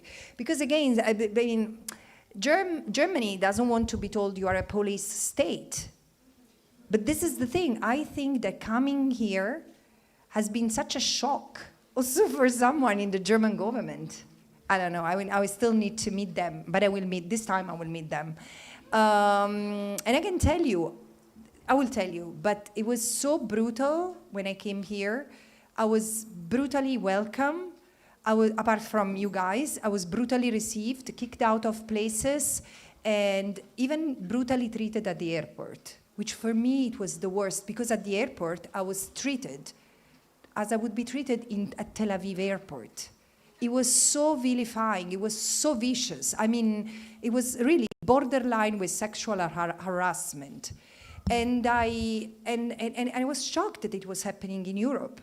And when I faced the officer who was giving me this 5-star treatment, and I was not pulling the ranks, I'm the special rapporteur, I'm a European. I want to be respected as a European woman. So technically, I mean, I don't want to go into the details of it, but I say, have you been trained by Israeli officers?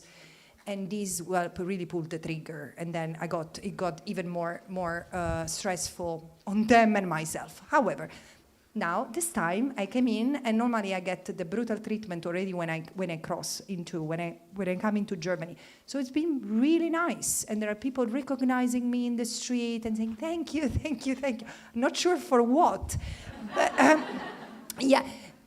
But, I'm returning this to you because eventually you are the ones that provoked the shock in me that allowed me to function as a mirror. And there has been no day where I've had the microphone in front of me and I've not referred to Germany as the example of how bad and how wrong things can go. Seriously, because I mean, we look at Germany as an example of effectiveness. Effectiveness of what? At turning rotten? At turning the police against the citizens who protest against genocide? I mean, get rid of your sense of guilt. If your sense of guilt triggers this false morality.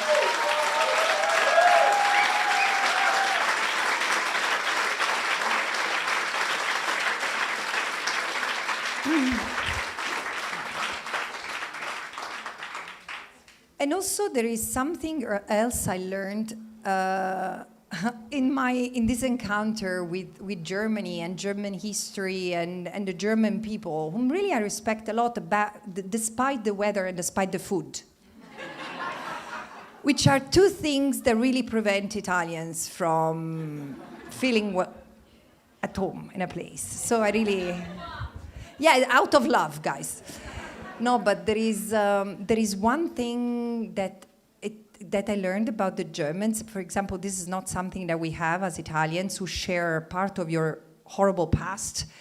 Is the narcissism. It's all about you. So it's not about how Palestinians feel.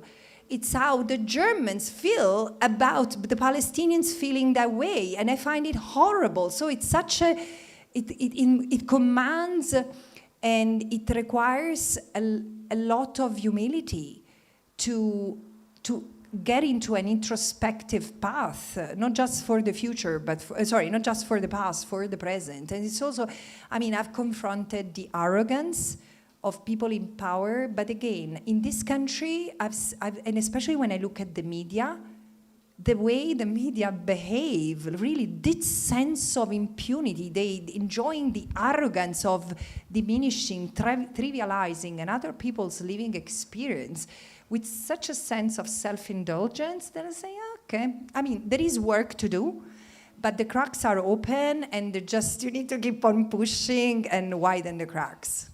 I don't know.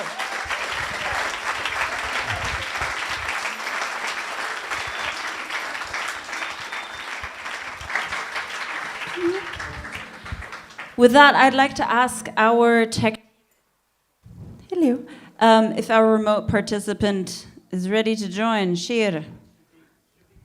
Yay. Yeah, can we put the screen back?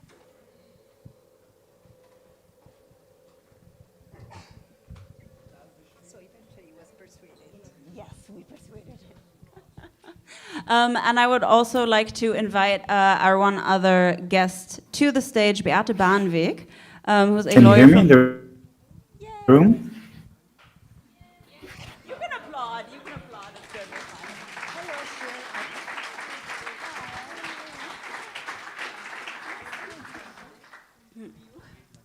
Yeah, this is Beate Bahnweg from Juristinnen gegen Genozid, so Lawyers Against Genocide, which is a group that was founded a couple of months ago, if I'm not mistaken, and has been doing a lot of amazing legal work to sue the German government.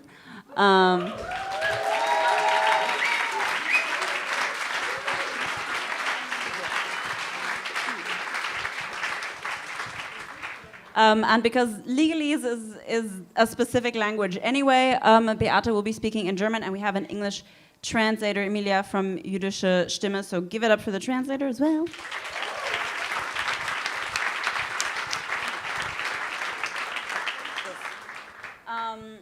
And I think we'll get Shir whenever the tech team is... We're not going to be able to see him? Okay, that's fine. Then I'll just start with... We can hear you. Yeah, 1, 2, 3, 4, 5. Can you hear me? Yay. Yeah. So, hi. Thank you very much for inviting me. It's a great honor to be here, and it's great to see you, Francesca. And also, it's great to finally see you, Beate. We've only spoken on the phone. I'm very happy to be here today. Should I just start? Yes, go for it. You can start. Okay. Yeah, I don't want to take too much time. I think we have really great speakers here today. But I wanted to make a small point about the issue of profiting from genocide, because I think that Francesca's report is so important in exposing the corporations that are financing and supporting the genocide in different ways. I wanted to use this opportunity also to express my hope that not only the report itself, but also the index, where there are, I believe, about 1,000 companies, will also be published at some point. So I hope you will be able to do it, Francesca. But I wanted to make a distinction between two different kinds of companies on this report, which are the international companies and the Israeli companies. And the reason that I want to make this distinction is because it has a political significance for our work. I think that the issue of complicity and the moral culpability of these companies is, of course, beyond question, and Francesca has already proven it in the report, so there's no point in going back to this point. But what is the difference is regarding a comment that you made, Francesca, in one of your many interviews that I'm following very eagerly on a podcast, where you said that the reason that the Israeli stock exchange is increasing is because the companies are profiting from genocide.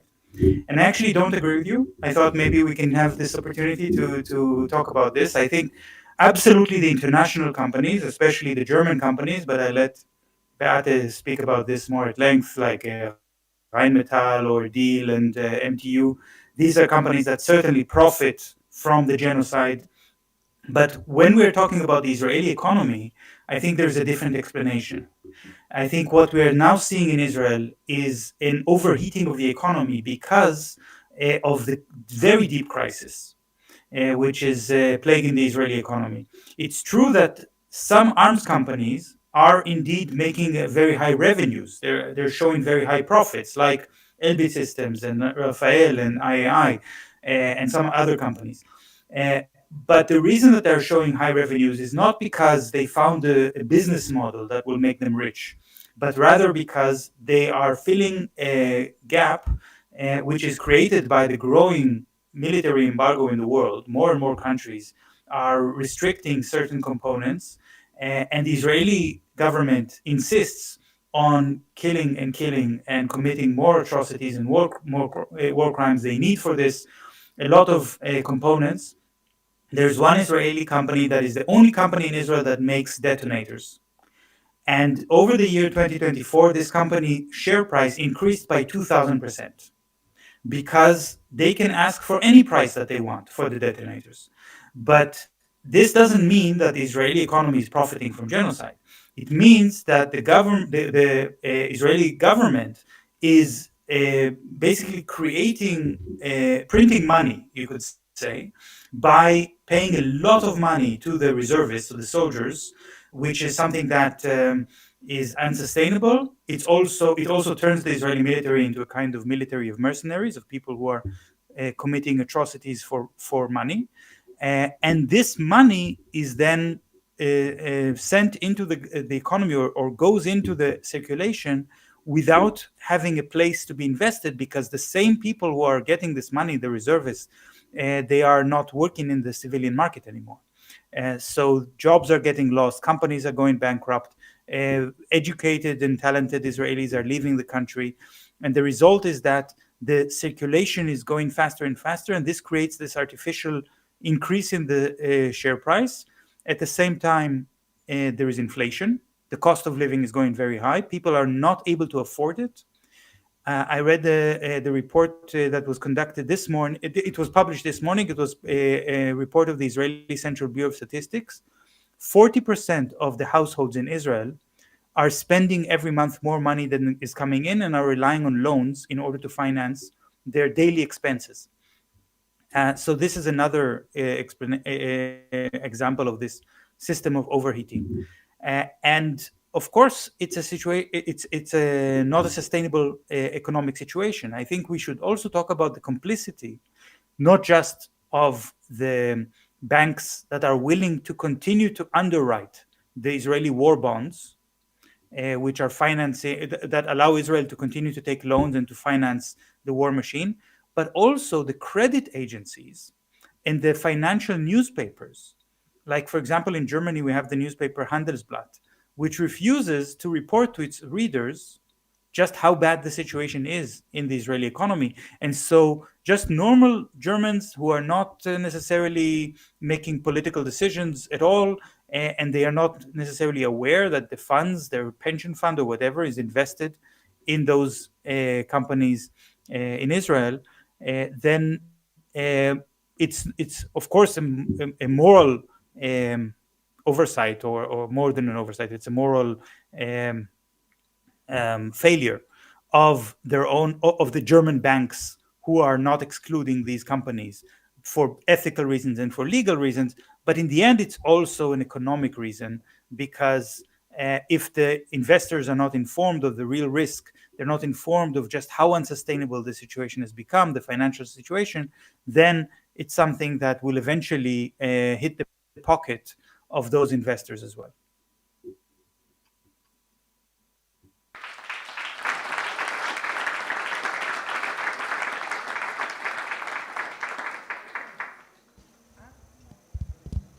Okay.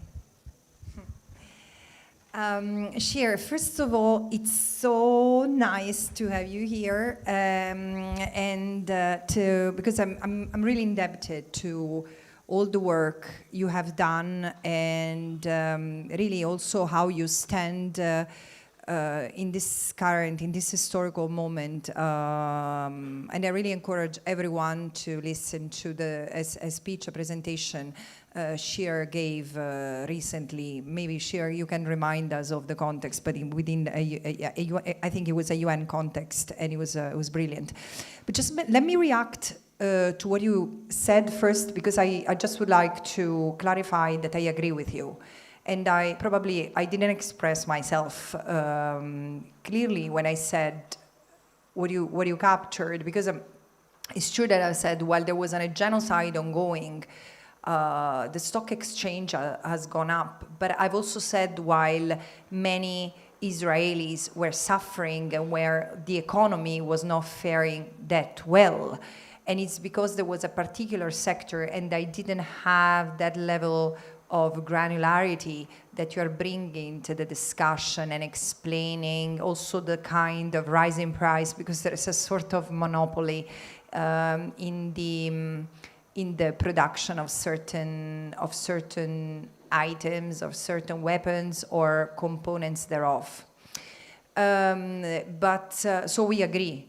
The kind of shocking element is also there have been more and more contracts that have been signed between countries and military companies connected to the Israeli industry.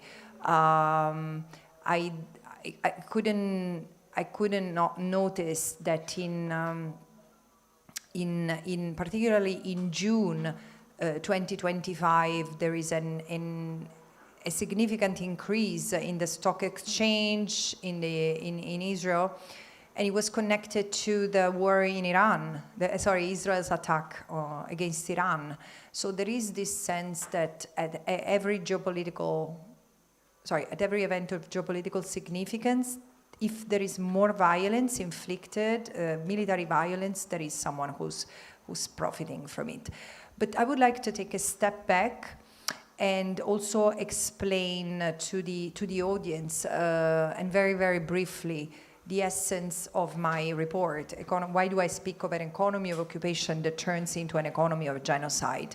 The basic premise is that any settler colonial endeavor has seen the private sector playing a critical role. In fact, private companies have been either the leading forces or the enablers of colonial endeavors, like enablers because they have put the money. But also sometimes it's companies that have led colonial endeavors. Think of the Dutch experience of the South Indian companies, however, the Indies companies. And the thing is not different in the sense of what's happening today in Palestine. I argue that without the private sector, Israel wouldn't have, without a clear support of the private sector, Israel couldn't have established the system it has. So of course it goes without saying that member states have enabled it.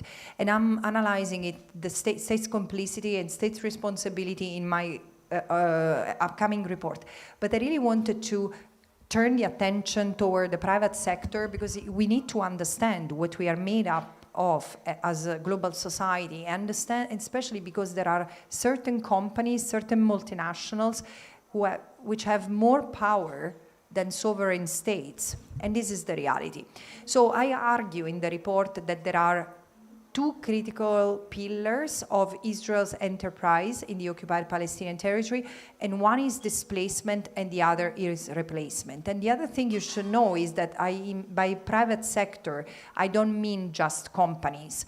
Of course, companies producing weapons or construction materials or extractive materials like the Heidelberg company, that it's a cement company, but it plays, it's really engaged in criminal activities in the West Bank, or other businesses, but also universities, the financial sector. So I argue that the private sector has been critical to advance displacement of the Palestinians. How? Think of the arms industry. The Israeli army has used a lot of force and violence, and so it was a militarized violence in order to displace the Palestinians. And it has used like civilian machinery to uproot, to destroy homes, to uproot trees and other orchards, and so on and so forth. And then it has used and developed a technology of surveillance in order to push the Palestinians out.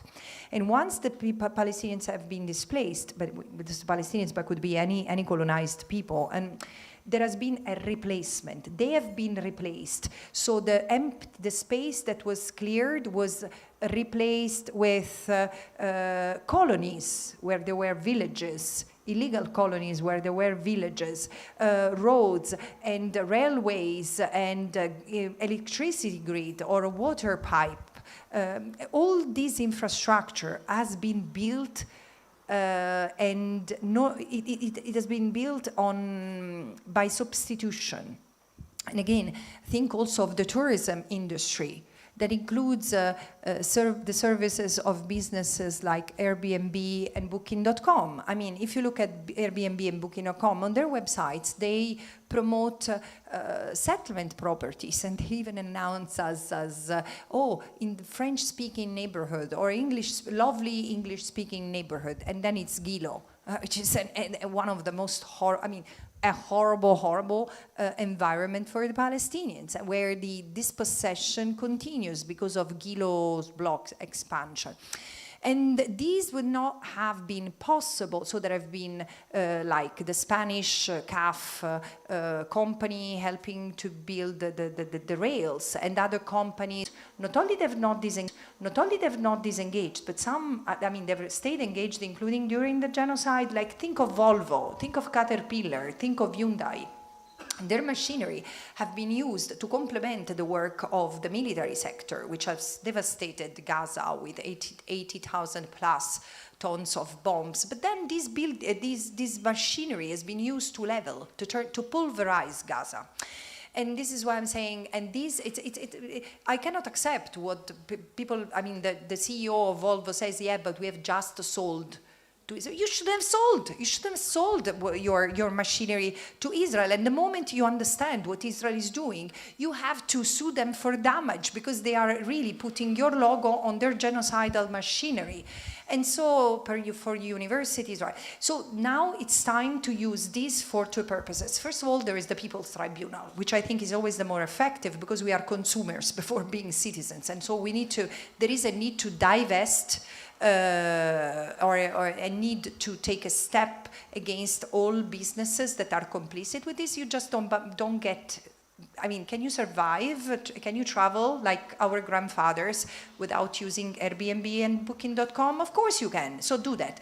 We need to renounce to a little bit of our comfort so as to and be ethical. Ethical choices, ethical purchases, ethical sales, ethical procurements. This is the minimum exercise we need to undertake in order to put an end to the economy of the occupation and the economy of the genocide.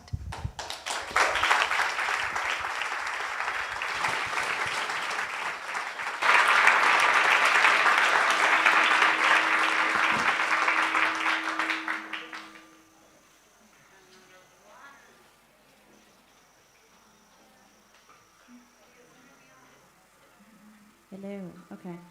When you talk about displacement, replacement, this twofold, like two sides of the coin, I immediately have this image in my mind of when I was in the West Bank. We were driving past a parking lot. We were on a settler road, one of the ones that the Palestinians can also use. We were their Palestinian guide. And he points to a parking lot that's just sort of off the side of the street. And he says, that used to be a Bedouin village. And they kicked them off the land to turn it into a parking lot for the Israeli settlers. And just researching, like looking through the report, researching just the tiniest amount, there's so many German companies that are complicit.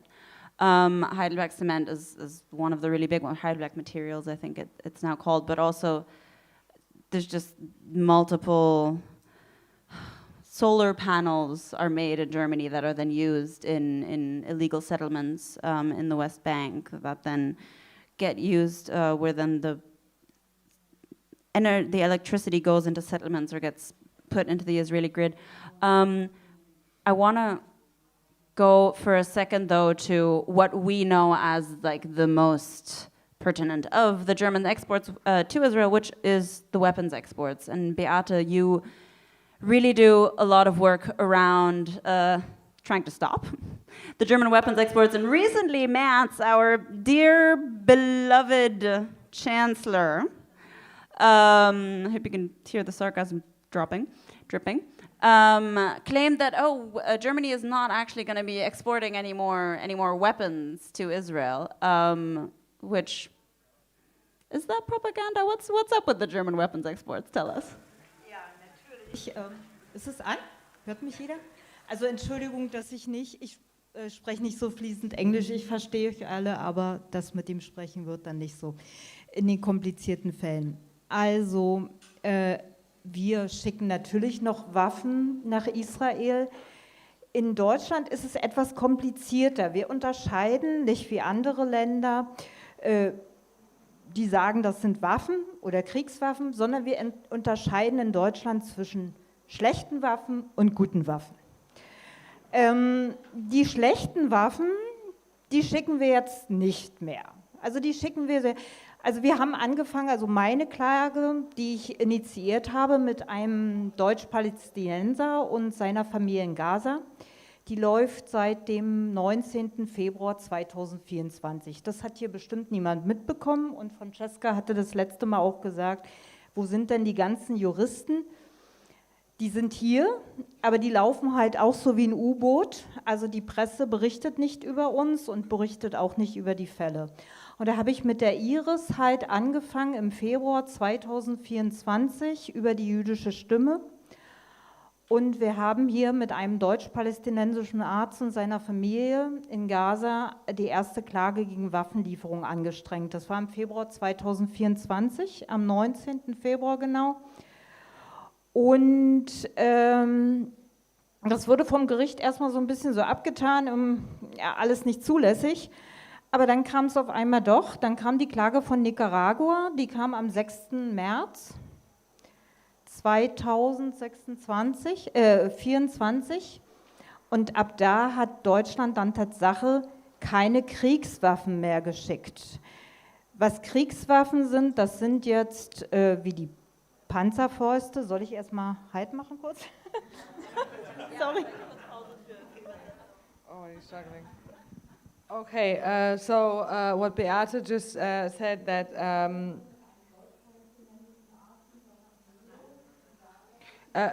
okay, of course we do send weapons to Israel, but we don't differentiate between is it a weapon or is it not a weapon? It's like more, is it a good weapon or is it a bad weapon?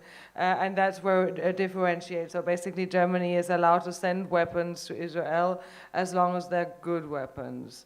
And that seems to be something that differentiates Germany from a lot of other countries, or most other countries.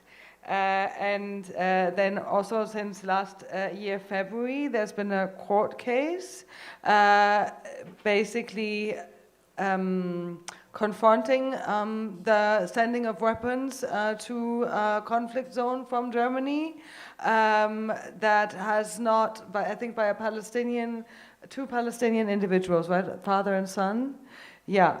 And so they didn't, the German public has made a strong effort to keep that undercover, to not really talk about the legal counsel and the legal experts that are involved in this case, and to just make sure that this happens as low grade as possible.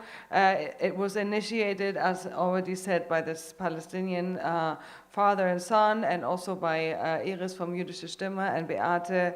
And so yeah, this is basically, first of all, when they tried to file the court case, the German courts rejected it, and then after Nicaragua took Germany to the International Court of Justice, they seem to have changed their mind on whether this would be a good idea or not.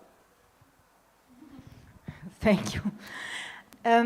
Ja, also unser deutsches Kriegswaffengesetz, das schreibt der Regierung vor, dass sie das Völkerrecht einzuhalten hat. Sie hat es zu beachten bei jeder Entscheidung. Und das Kriegswaffenkontrollgesetz ist so, dass es eigentlich nicht erlaubt, Kriegswaffen zu schicken. Also der Hersteller, wie ThyssenKrupp oder Rheinmetall, der hat per se keinen Anspruch darauf. Anders wie bei den guten Waffen. Da hat man als Hersteller einen Anspruch darauf. Die guten Waffen sind jetzt Getriebeteile für Panzer, das sind Ersatzteile für Kriegsschiffe, das sind gute Waffen. Da hat man als Hersteller erstmal grundsätzlich einen Anspruch auf Genehmigung. Das muss man wissen, denn diese Teile werden noch genehmigt. Also diese gehen auch noch weiter nach Israel, und es ist nach deutschem Gesetz auch nicht möglich, eine einmal erteilte Genehmigung wieder zurückzunehmen. Das hat der Gesetzgeber sich ganz gut eingerichtet. Selbst wenn man dagegen klagt, der Hersteller hat eine Genehmigung und damit hat er einen Drittschutz, und diese Genehmigung kann nicht mehr zurückgenommen werden, es sei denn, sie ist mit Widerrufsvorbehalt erteilt. Das macht die Bundesregierung nicht, also kommt man nicht mehr rein. Die Kriegswaffen, das ist anders, da hat der Hersteller keinen Anspruch. Der Hersteller hat dann, die Bundesregierung kann es verweigern und sie kann eine einmal erteilte Genehmigung auch wieder zurücknehmen. Oder? Okay.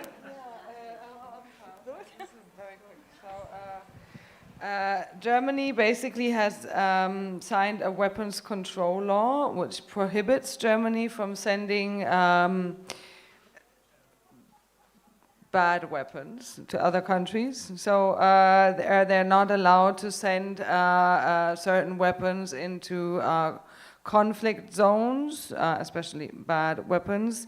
And so in this case, they have no legal right to send the bad weapons. I would assume that it means bombs, right? Or can we differentiate? Yeah. Also ich erkläre mal, was schlechte Waffen sind. Also schlechte Waffen werden jetzt wie das U-Boot. Das fällt unter das Kriegswaffenkontrollgesetz. Die Korvetten, die rausgegangen sind, das fällt unter das Kriegswaffenkontrollgesetz. Panzerfäuste fallen unter das Kriegswaffenkontrollgesetz, und das sind die sozusagen nach der Auffassung des deutschen Gesetzgebers die ganz schlechten Waffen, die eigentlich nicht versandt werden dürfen und wo die Genehmigung auch jederzeit, wenn sie noch nicht geliefert wurde, zurückgenommen wird. Aber die Ersatzteile dafür, im April 2024, die Bundesregierung müsse alle Kriegswaffen, also diese schlechten Waffen, die sie ausführen will, vorher dem Gericht anzeigen. Und daraufhin hat Deutschland auch nichts mehr an diesen sogenannten schlechten Waffen geschickt, aber sie machen es ganz clever, ne? Sie machen das in Einzelteilen. Bis auf dieses U-Boot, wogegen wir jetzt auch eine Klage angestrengt haben, das hat eine Kriegswaffenkontrollgenehmigung.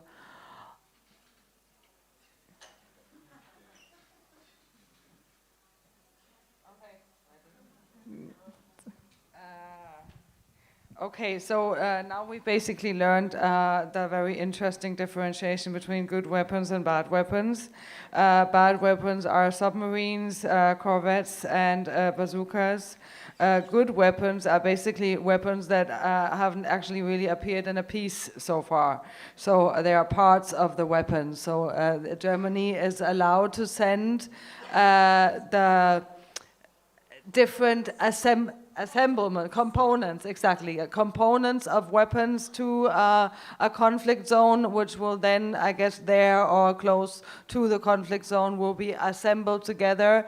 And so weapons producers basically are authorized or have a right to send these compartments to other countries. But if they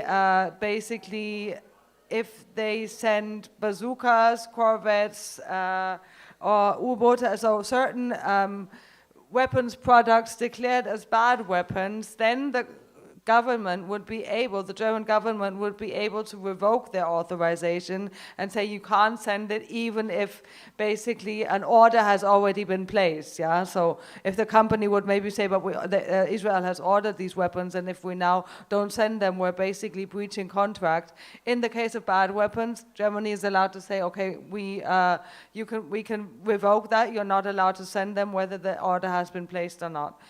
With good weapons or particles components, that's not possible. And what has been actually now achieved in this court case with Beate and Iris is that Germany basically guaranteed that they will no longer send bad weapons, and that if they do send, they have been demanded that if they do send bad weapons, they have to declare it, they have to be transparent about it, they have to be open about it, and since they have to do that, they have now focused on only sending so-called disassembled good weapons. Yeah.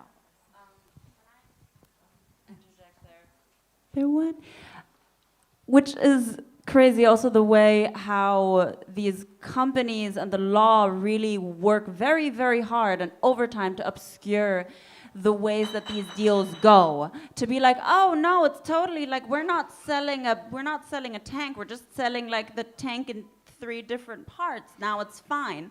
And I want to hand it back to you, Francesca, on that bit. And also in your report, you talk a lot about how incredibly intransparent all of this is, and how like companies have subsidiaries who are then sort of like all of these different parts. When there's the enablers, there's the machinery that then goes into, and then they have subsidiary firms, and then these produce like small little parts of it, and those are then underwritten and financed by very big investors. And I also want to name again at this point that Friedrich Merz, the German chancellor, was the head of the Aufsichtsrat, now my English is leaving me, of BlackRock, which is a massive investment company that has a lot of funds in Palantir.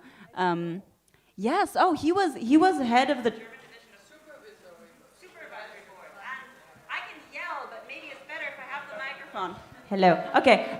He was head of the supervisory board of the German BlackRock department from 2016 to 2020, and he does not want people talking about that. And I wonder why. No, but can I inject? First of all, this is so telling, not only because it's very precious what Beata is sharing with us, but also because I understand. Sorry, your name? Because I understand Emma's feeling at translating, because this is the feeling that a normal human being has when a lawyer trying to explain the system, which is made to suffocate us and to make us to make impossible for us to assert our rights. So this is just a reading guidance, but also this gymnastic that the government is making to keep on providing weapons to Israel is the way it presents itself is the performance of, it's what I call performance of stupidity. But I cannot expect that you are as stupid as to buy this, because Germany is facing judicial proceedings for complicity in genocide. And in fact, it could be worse. I'm not saying that this is the reality, but there is complicity with genocide is a crime, and then direct participation in genocide is another. And therefore, I think there is a level of investigation and analysis that it's absolutely required. But what we already know is that in that proceeding, the International Court of Justice has reminded Germany and other states that they cannot sell weapons or full or in components of weapons to countries that might be committing violations of international humanitarian law, meaning war crimes. So this is something that needs to be brought back into the discussion. I mean, why are we hurt splitting? When the point, this is besides the point, this discussion reminds me of the February 2025, when I was explaining Norwegian authorities that they are violating international law, which is really weird for a country where, first of all, the civil societies, but the society in general, also the academia and average Norwegian, are really alerted about the question of legality and compliance with international law, which is amazing. Really, this is a sign of maturity in a society. But so I was saying, do you understand that you cannot engage with the illegality, with an occupation that is illegal? The moment you finance businesses, support businesses, back then, I was conservative. Back then, I was saying in the occupied territory, in the occupied territory, which is occupied illegally according to the International Court of Justice, you are already crossing a red line, and you are either directly linked or contributing to, or you might be causing human rights impact at the minimum. And then there are certain human rights impact which amount to crimes, international crimes. And then we say, no, because in fact, sometimes we are supporting businesses that are producing vegetables. You see how stupid this reasoning is? And I was saying, yeah, but wait a second, what about the Danes getting here, kicking you out, and starting producing vegetables that then they have to sell to you? Because otherwise, without vegetables, you do not survive. And of course, there was no immediate understanding, because it doesn't look real. But this is the thing. This is herd splitting and legal gymnastic that it just entertains those who want to gain time while not facing the reality that they might be part of a criminal endeavor.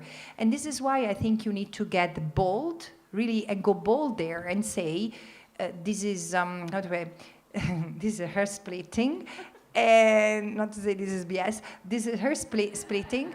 And you need to uphold international law and International Court of Justice decision in the Nicaragua versus Germany case, because the war crimes are evident. There are 2 Israeli leaders indicted for war crimes, and there is fully documented. And look at Gaza. Gaza is the evidence of a war crime. So this means that Germany cannot sell weapons in total or in part, cannot buy anything from the Israeli weaponry or weapons, or meaning Elbit, or even security, intelligence-related industry, because it's connected to the crimes Israel is committing.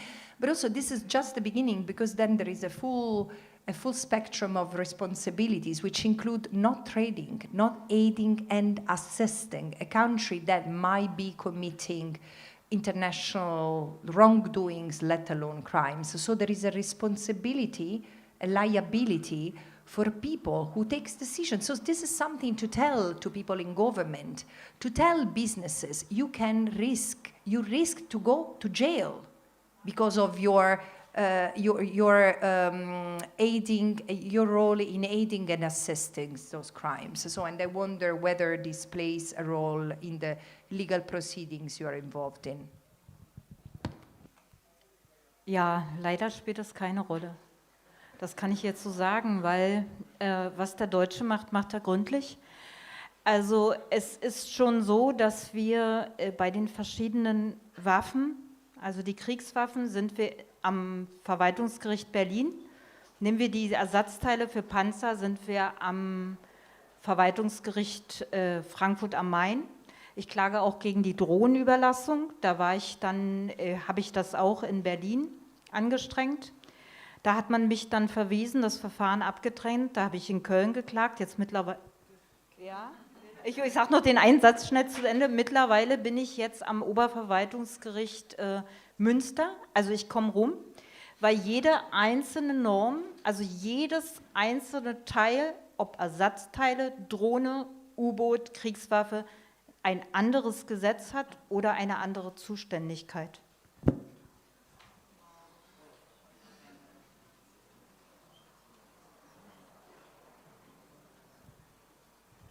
So we are basically being informed at the moment that there's it's not as easy as Francesca basically said, that we could go and tell people complicit in aiding and assisting genocide that they could go to court for it, because there's like a huge apparatus behind it. Yeah, in different courts, you basically, if you want to file court cases against the use of a specific kind of weapon, whether that's submarines or whether that's drones or corvettes, you have to go to different courts. They have a whole administrative framework around it, and it's like extremely complicated, I guess, to then also, that's how I understood it, to basically assign responsibility? Is it that? Like if there's such a huge, also wenn da so ein riesen Verwaltungsapparat da drumherum ist, dass es im Prinzip auch schwierig ist zu sagen, okay, wer ist denn jetzt wo da involviert? Es ist nicht der Verwaltungsapparat, es sind die Gesetze so gestrickt. Okay, so the laws have been created in a way that it makes it very difficult to basically assign responsibility or like against people involved in the industries basically, yeah, of drones and weapons. In Deutschland gibt es auch einen ganz wesentlichen Unterschied wie in den anderen europäischen Ländern. Dort gibt es, dass man als NGO, als Vereinigung klagen kann und dann einfach sagen kann, internationales Völkerrecht ist verletzt bei den Waffenlieferungen. In Deutschland geht das nicht. Man muss immer unmittelbar betroffen sein. Das heißt, es muss immer ein Palästinenser klagen. Und der muss vorbringen und beweisen, dass er betroffen ist. Das gibt es in keinem anderen Land, nur bei uns. Das macht es umso schwerer, einen Prozess zu gewinnen, weil man hat kaum Kontakt. Und auch hier muss der Palästinenser wieder beweisen, wie immer, dass er hungert, dass er von der Waffe bedroht ist. Also in anderen Ländern, ich kann auch in den Prozessen nicht anführen, dass Israel beispielsweise auch Völkerrecht verletzt, wenn es den Libanon bombardiert oder wenn es Iran bombardiert. Das kann ich reinschreiben. Dann kriege ich von dem Gericht zurück, es interessiert uns nicht, weil Ihr Kläger ist davon nicht betroffen. Das macht es noch viel schwerer, in Deutschland so einen Prozess zu gewinnen. Ich habe jetzt erstmal. So basically, there's another specificity specific to Germany, which is that, like in other countries, you can charge NGOs for war crimes independent of whether you are personally affected by them, or you don't basically have to prove that you are personally affected by war crime happening in Sudan or Congo, or like. You can just, as an NGO, take government to, Yeah. Huh? You can. In another country, you cannot. You can't take, okay.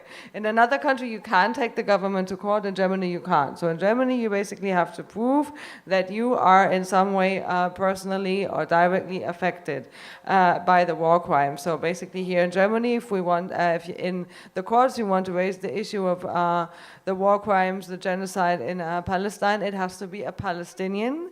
And the Palestinian is basically burdened with proving that they are personally affected by hunger, for instance, or by their relatives being bombed or something. Is that correct? Mhm. Also nicht mal, einer Mandant ist ja Deutscher, Deutsch-Palästinenser, nicht mal, wenn ich sage, meine Eltern sind betroffen, habe ich ein Klagerecht. Ich probiere das jetzt über den Genozid zu schaffen, aber ich kann das nicht. Ich kann nur mit einem Palästinenser, der gerade davon betroffen ist, klagen. So basically, Beate has to be in touch with somebody who is in Gaza and who is directly affected at the moment, yeah? The person that filed the charge is in Germany, has a German passport, but their parents are in the affected region, but that is not, that's not sufficient, yeah? Because they are, this person is not personally affected, but their parents are affected. And also if she takes this to court, she's not able to basically show a pattern and basically say Israel is also involved in war crimes in Lebanon or other countries. It is only like they're being extremely mechanical about it, yeah? So is the person personally affected? If they're in Germany, they're obviously not affected. If they're in Palestine, they are affected. And they have to prove how they are affected. And it doesn't matter what Israel or any country is also doing. It basically, yeah, they are hair split. They're being extremely mechanical about it, and which makes it almost impossible to file a court case in that, under those conditions.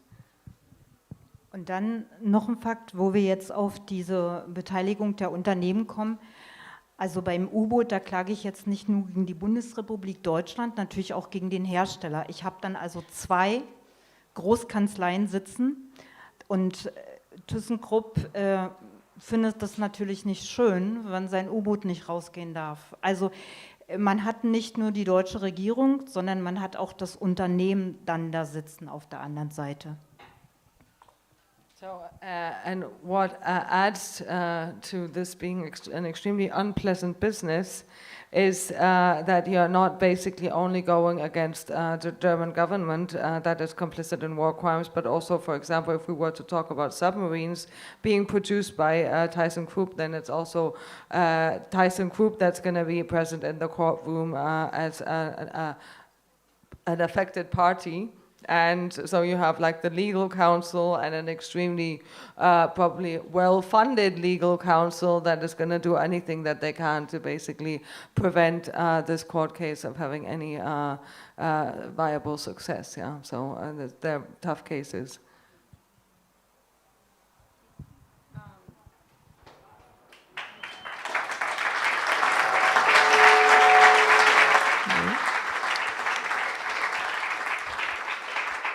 And I think because it is so difficult, Germany, people in Germany are very law-abiding. They love the law, and they think, oh, if it's unjust, you can just go to court. We hear this from the cops all the time. They will be punching us in the face, and then we'll be like, this is illegal. And they'll say, well, if it's illegal, just bring us to court. But that's not the way the system works, and I think it really shows that the law is often not built to protect people. It is often built to protect corporate interests and the state itself. And how do we get out of this?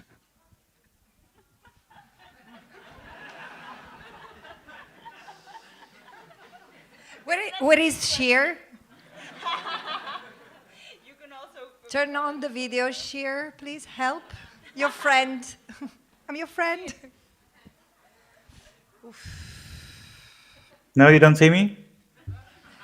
Don't pretend you didn't listen to the question, because in any case, it's easy. Do you want to repeat the question? There is a question for you. No, Sheer. I heard you. I heard you perfectly. Go ahead. Yes, the question is, can you hear me? Yeah? No, the question is that the system is very, it's not made to really protect the people and to facilitate access to justice. How do we get out of here, Sheer? Yeah. No, this question I did hear, yeah. I think that we have to remember that Germany has its own particular set of laws, which Beate explained to us, but all of these laws are on the secondary rate, because the German constitution supersedes the specific administrative laws where they say we make a distinction between different kinds of weapons and different kinds of licenses. But the German Article 25 of the German constitution says very clearly that international law is above German law. So this means that if the German government is using their national laws to justify violating international law, they are violating the German constitution.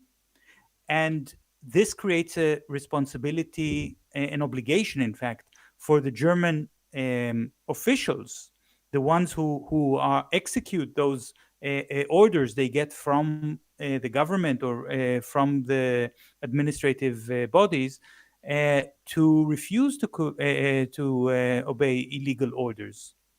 And of course, we know that in Germany, people like to say we were only following orders, but this has not helped them in the past, and it will not help them now.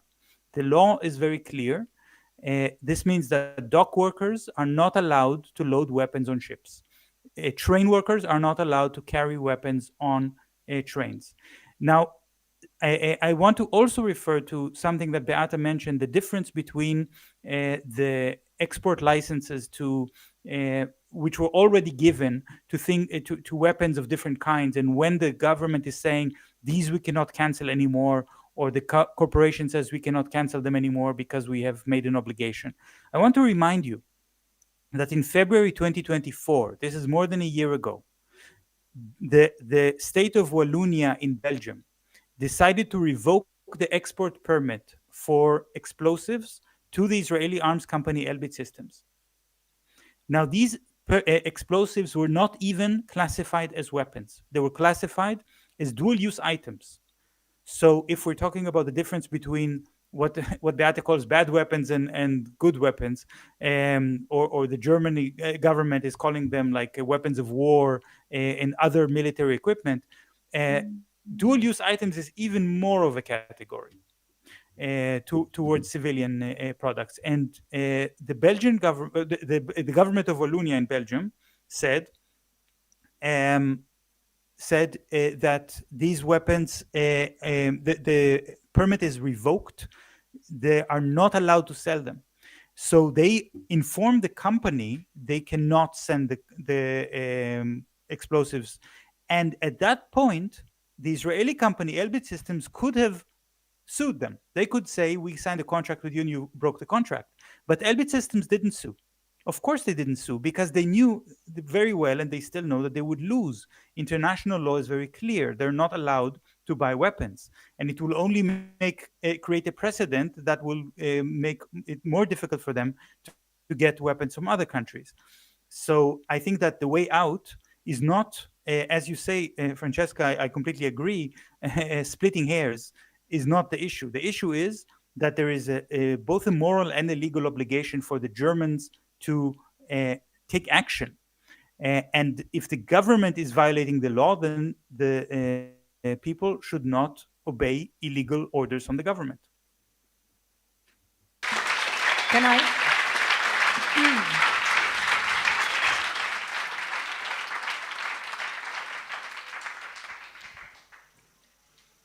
No, I fully agree and subscribe to what you said, Sheer, particularly the last point. I've always had a huge admiration for German legal scholarship, because it's so rigorous, so strong, so logical. But there also, we, Italians and Germans, share some sort of common roots with, it's the Roman law. And there is something that we study really early on in our path, and I think it's also part of the German curriculum, legal curriculum, but there is a difference between, in Latin, allow me, jus quia justum and jus quia justum. It's a law, and it's to be respected. The law is to be respected because it's right, because it's just, or the law versus the law that is to be respected because it's ordered. And this is where we need to use our critical skills and realize that probably the Germans, and I have a lot of sympathy for the moral injury that you people carry. And I understand a lot of things, but I do not understand that not facing the consequences of a trauma. And a German in 2025 cannot afford to say, I'm just executing orders. It's just abominable.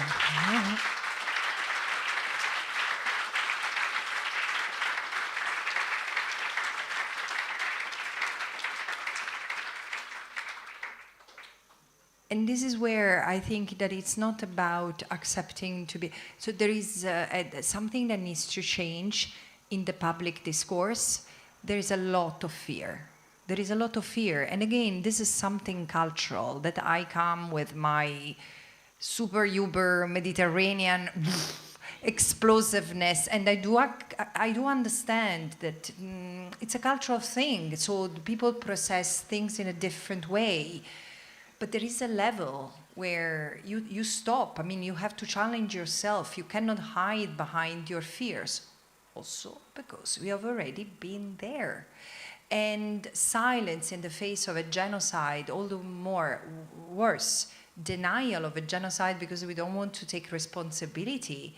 It's something, again, I insist, abominable. It's not you. I mean, it turns us into something really. It's dehumanizing for us.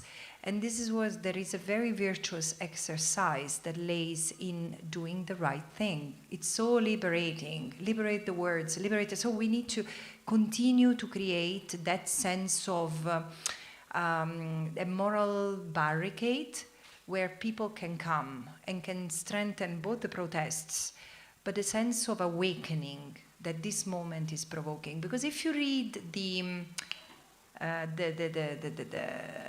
come si chiamano? Sondaggi? Sorry. The polls, thank you. Good to have Italians everywhere. Sometimes we are useful. And, grazie. And the polls say that the public opinion has shifted. So people have the courage to tell themselves that what Israel is doing is not right. And therefore, we need to create more triggers for that voice to become a voice of conscience and a collective voice. So you are already progressing a lot. The fact, I mean, maybe there are police officers here in plain clothes, or they just understood that they make more harm, they bring more havoc upon themselves in being so ostensively, how to say it nicely, present.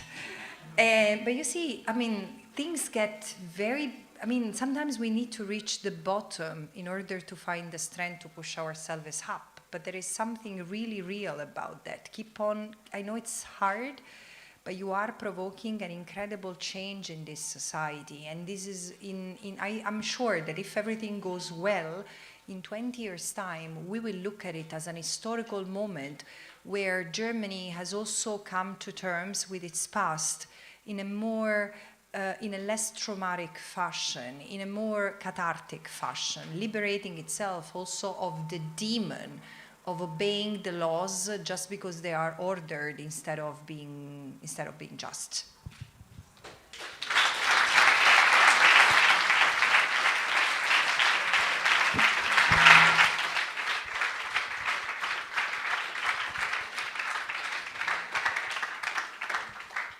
I think those are beautiful words to end on.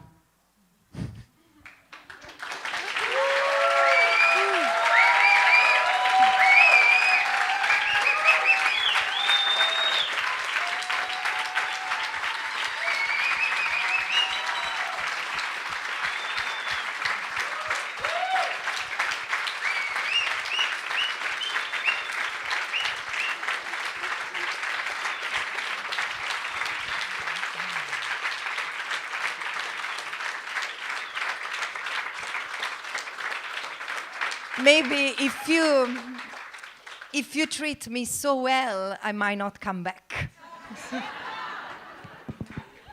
Please do come back.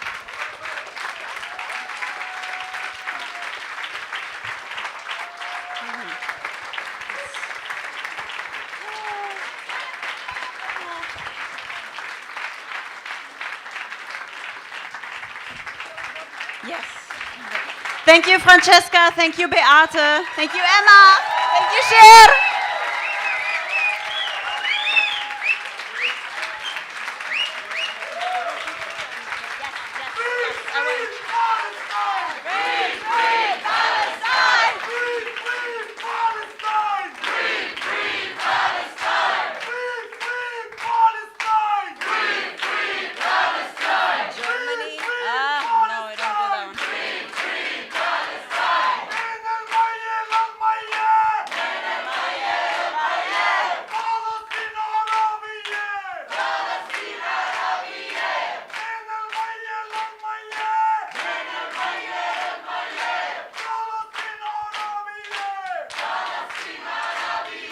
From the river to the sea, Palestine will be free. Arrest me, German police. Arrest me. If you are so intent on arresting people for their speech, go arrest me. Please do. Please do. And can I have one more second? One more second of attention. Thank you to everyone who made this event possible. Thank you to Junge Welt. Thank you to all the volunteers. We have donation boxes at the exit. There are 3 ones. There's one for Rotes Atelier. Yes, we can hear you. Rotes Atelier, which has this exhibition here. Half of those funds will go to the Palestinian Children's Relief Fund, and the other one will go to ESWA. We have a donation box for Junge Welt, and we have, and this is a very personal thing to me, we have a donation box for Ashtar Theater. I used to work in Ashtar Theater in Ramallah. They do amazing psychosocial interventions with children in the West Bank and in Gaza. They're the ones who created the original Gaza monologues and are now still updating the Gaza monologues, voices from Gaza that still continue to make and produce art from Palestine. And everything you donate until tomorrow will be matched, so it's double good. So please, if you can.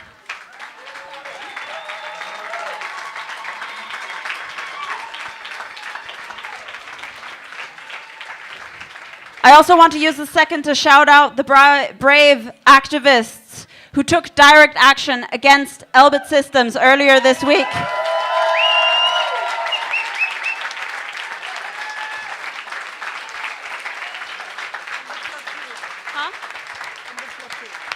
And the Global Sumut Flotilla, which is on its way to Gaza to hopefully break the siege.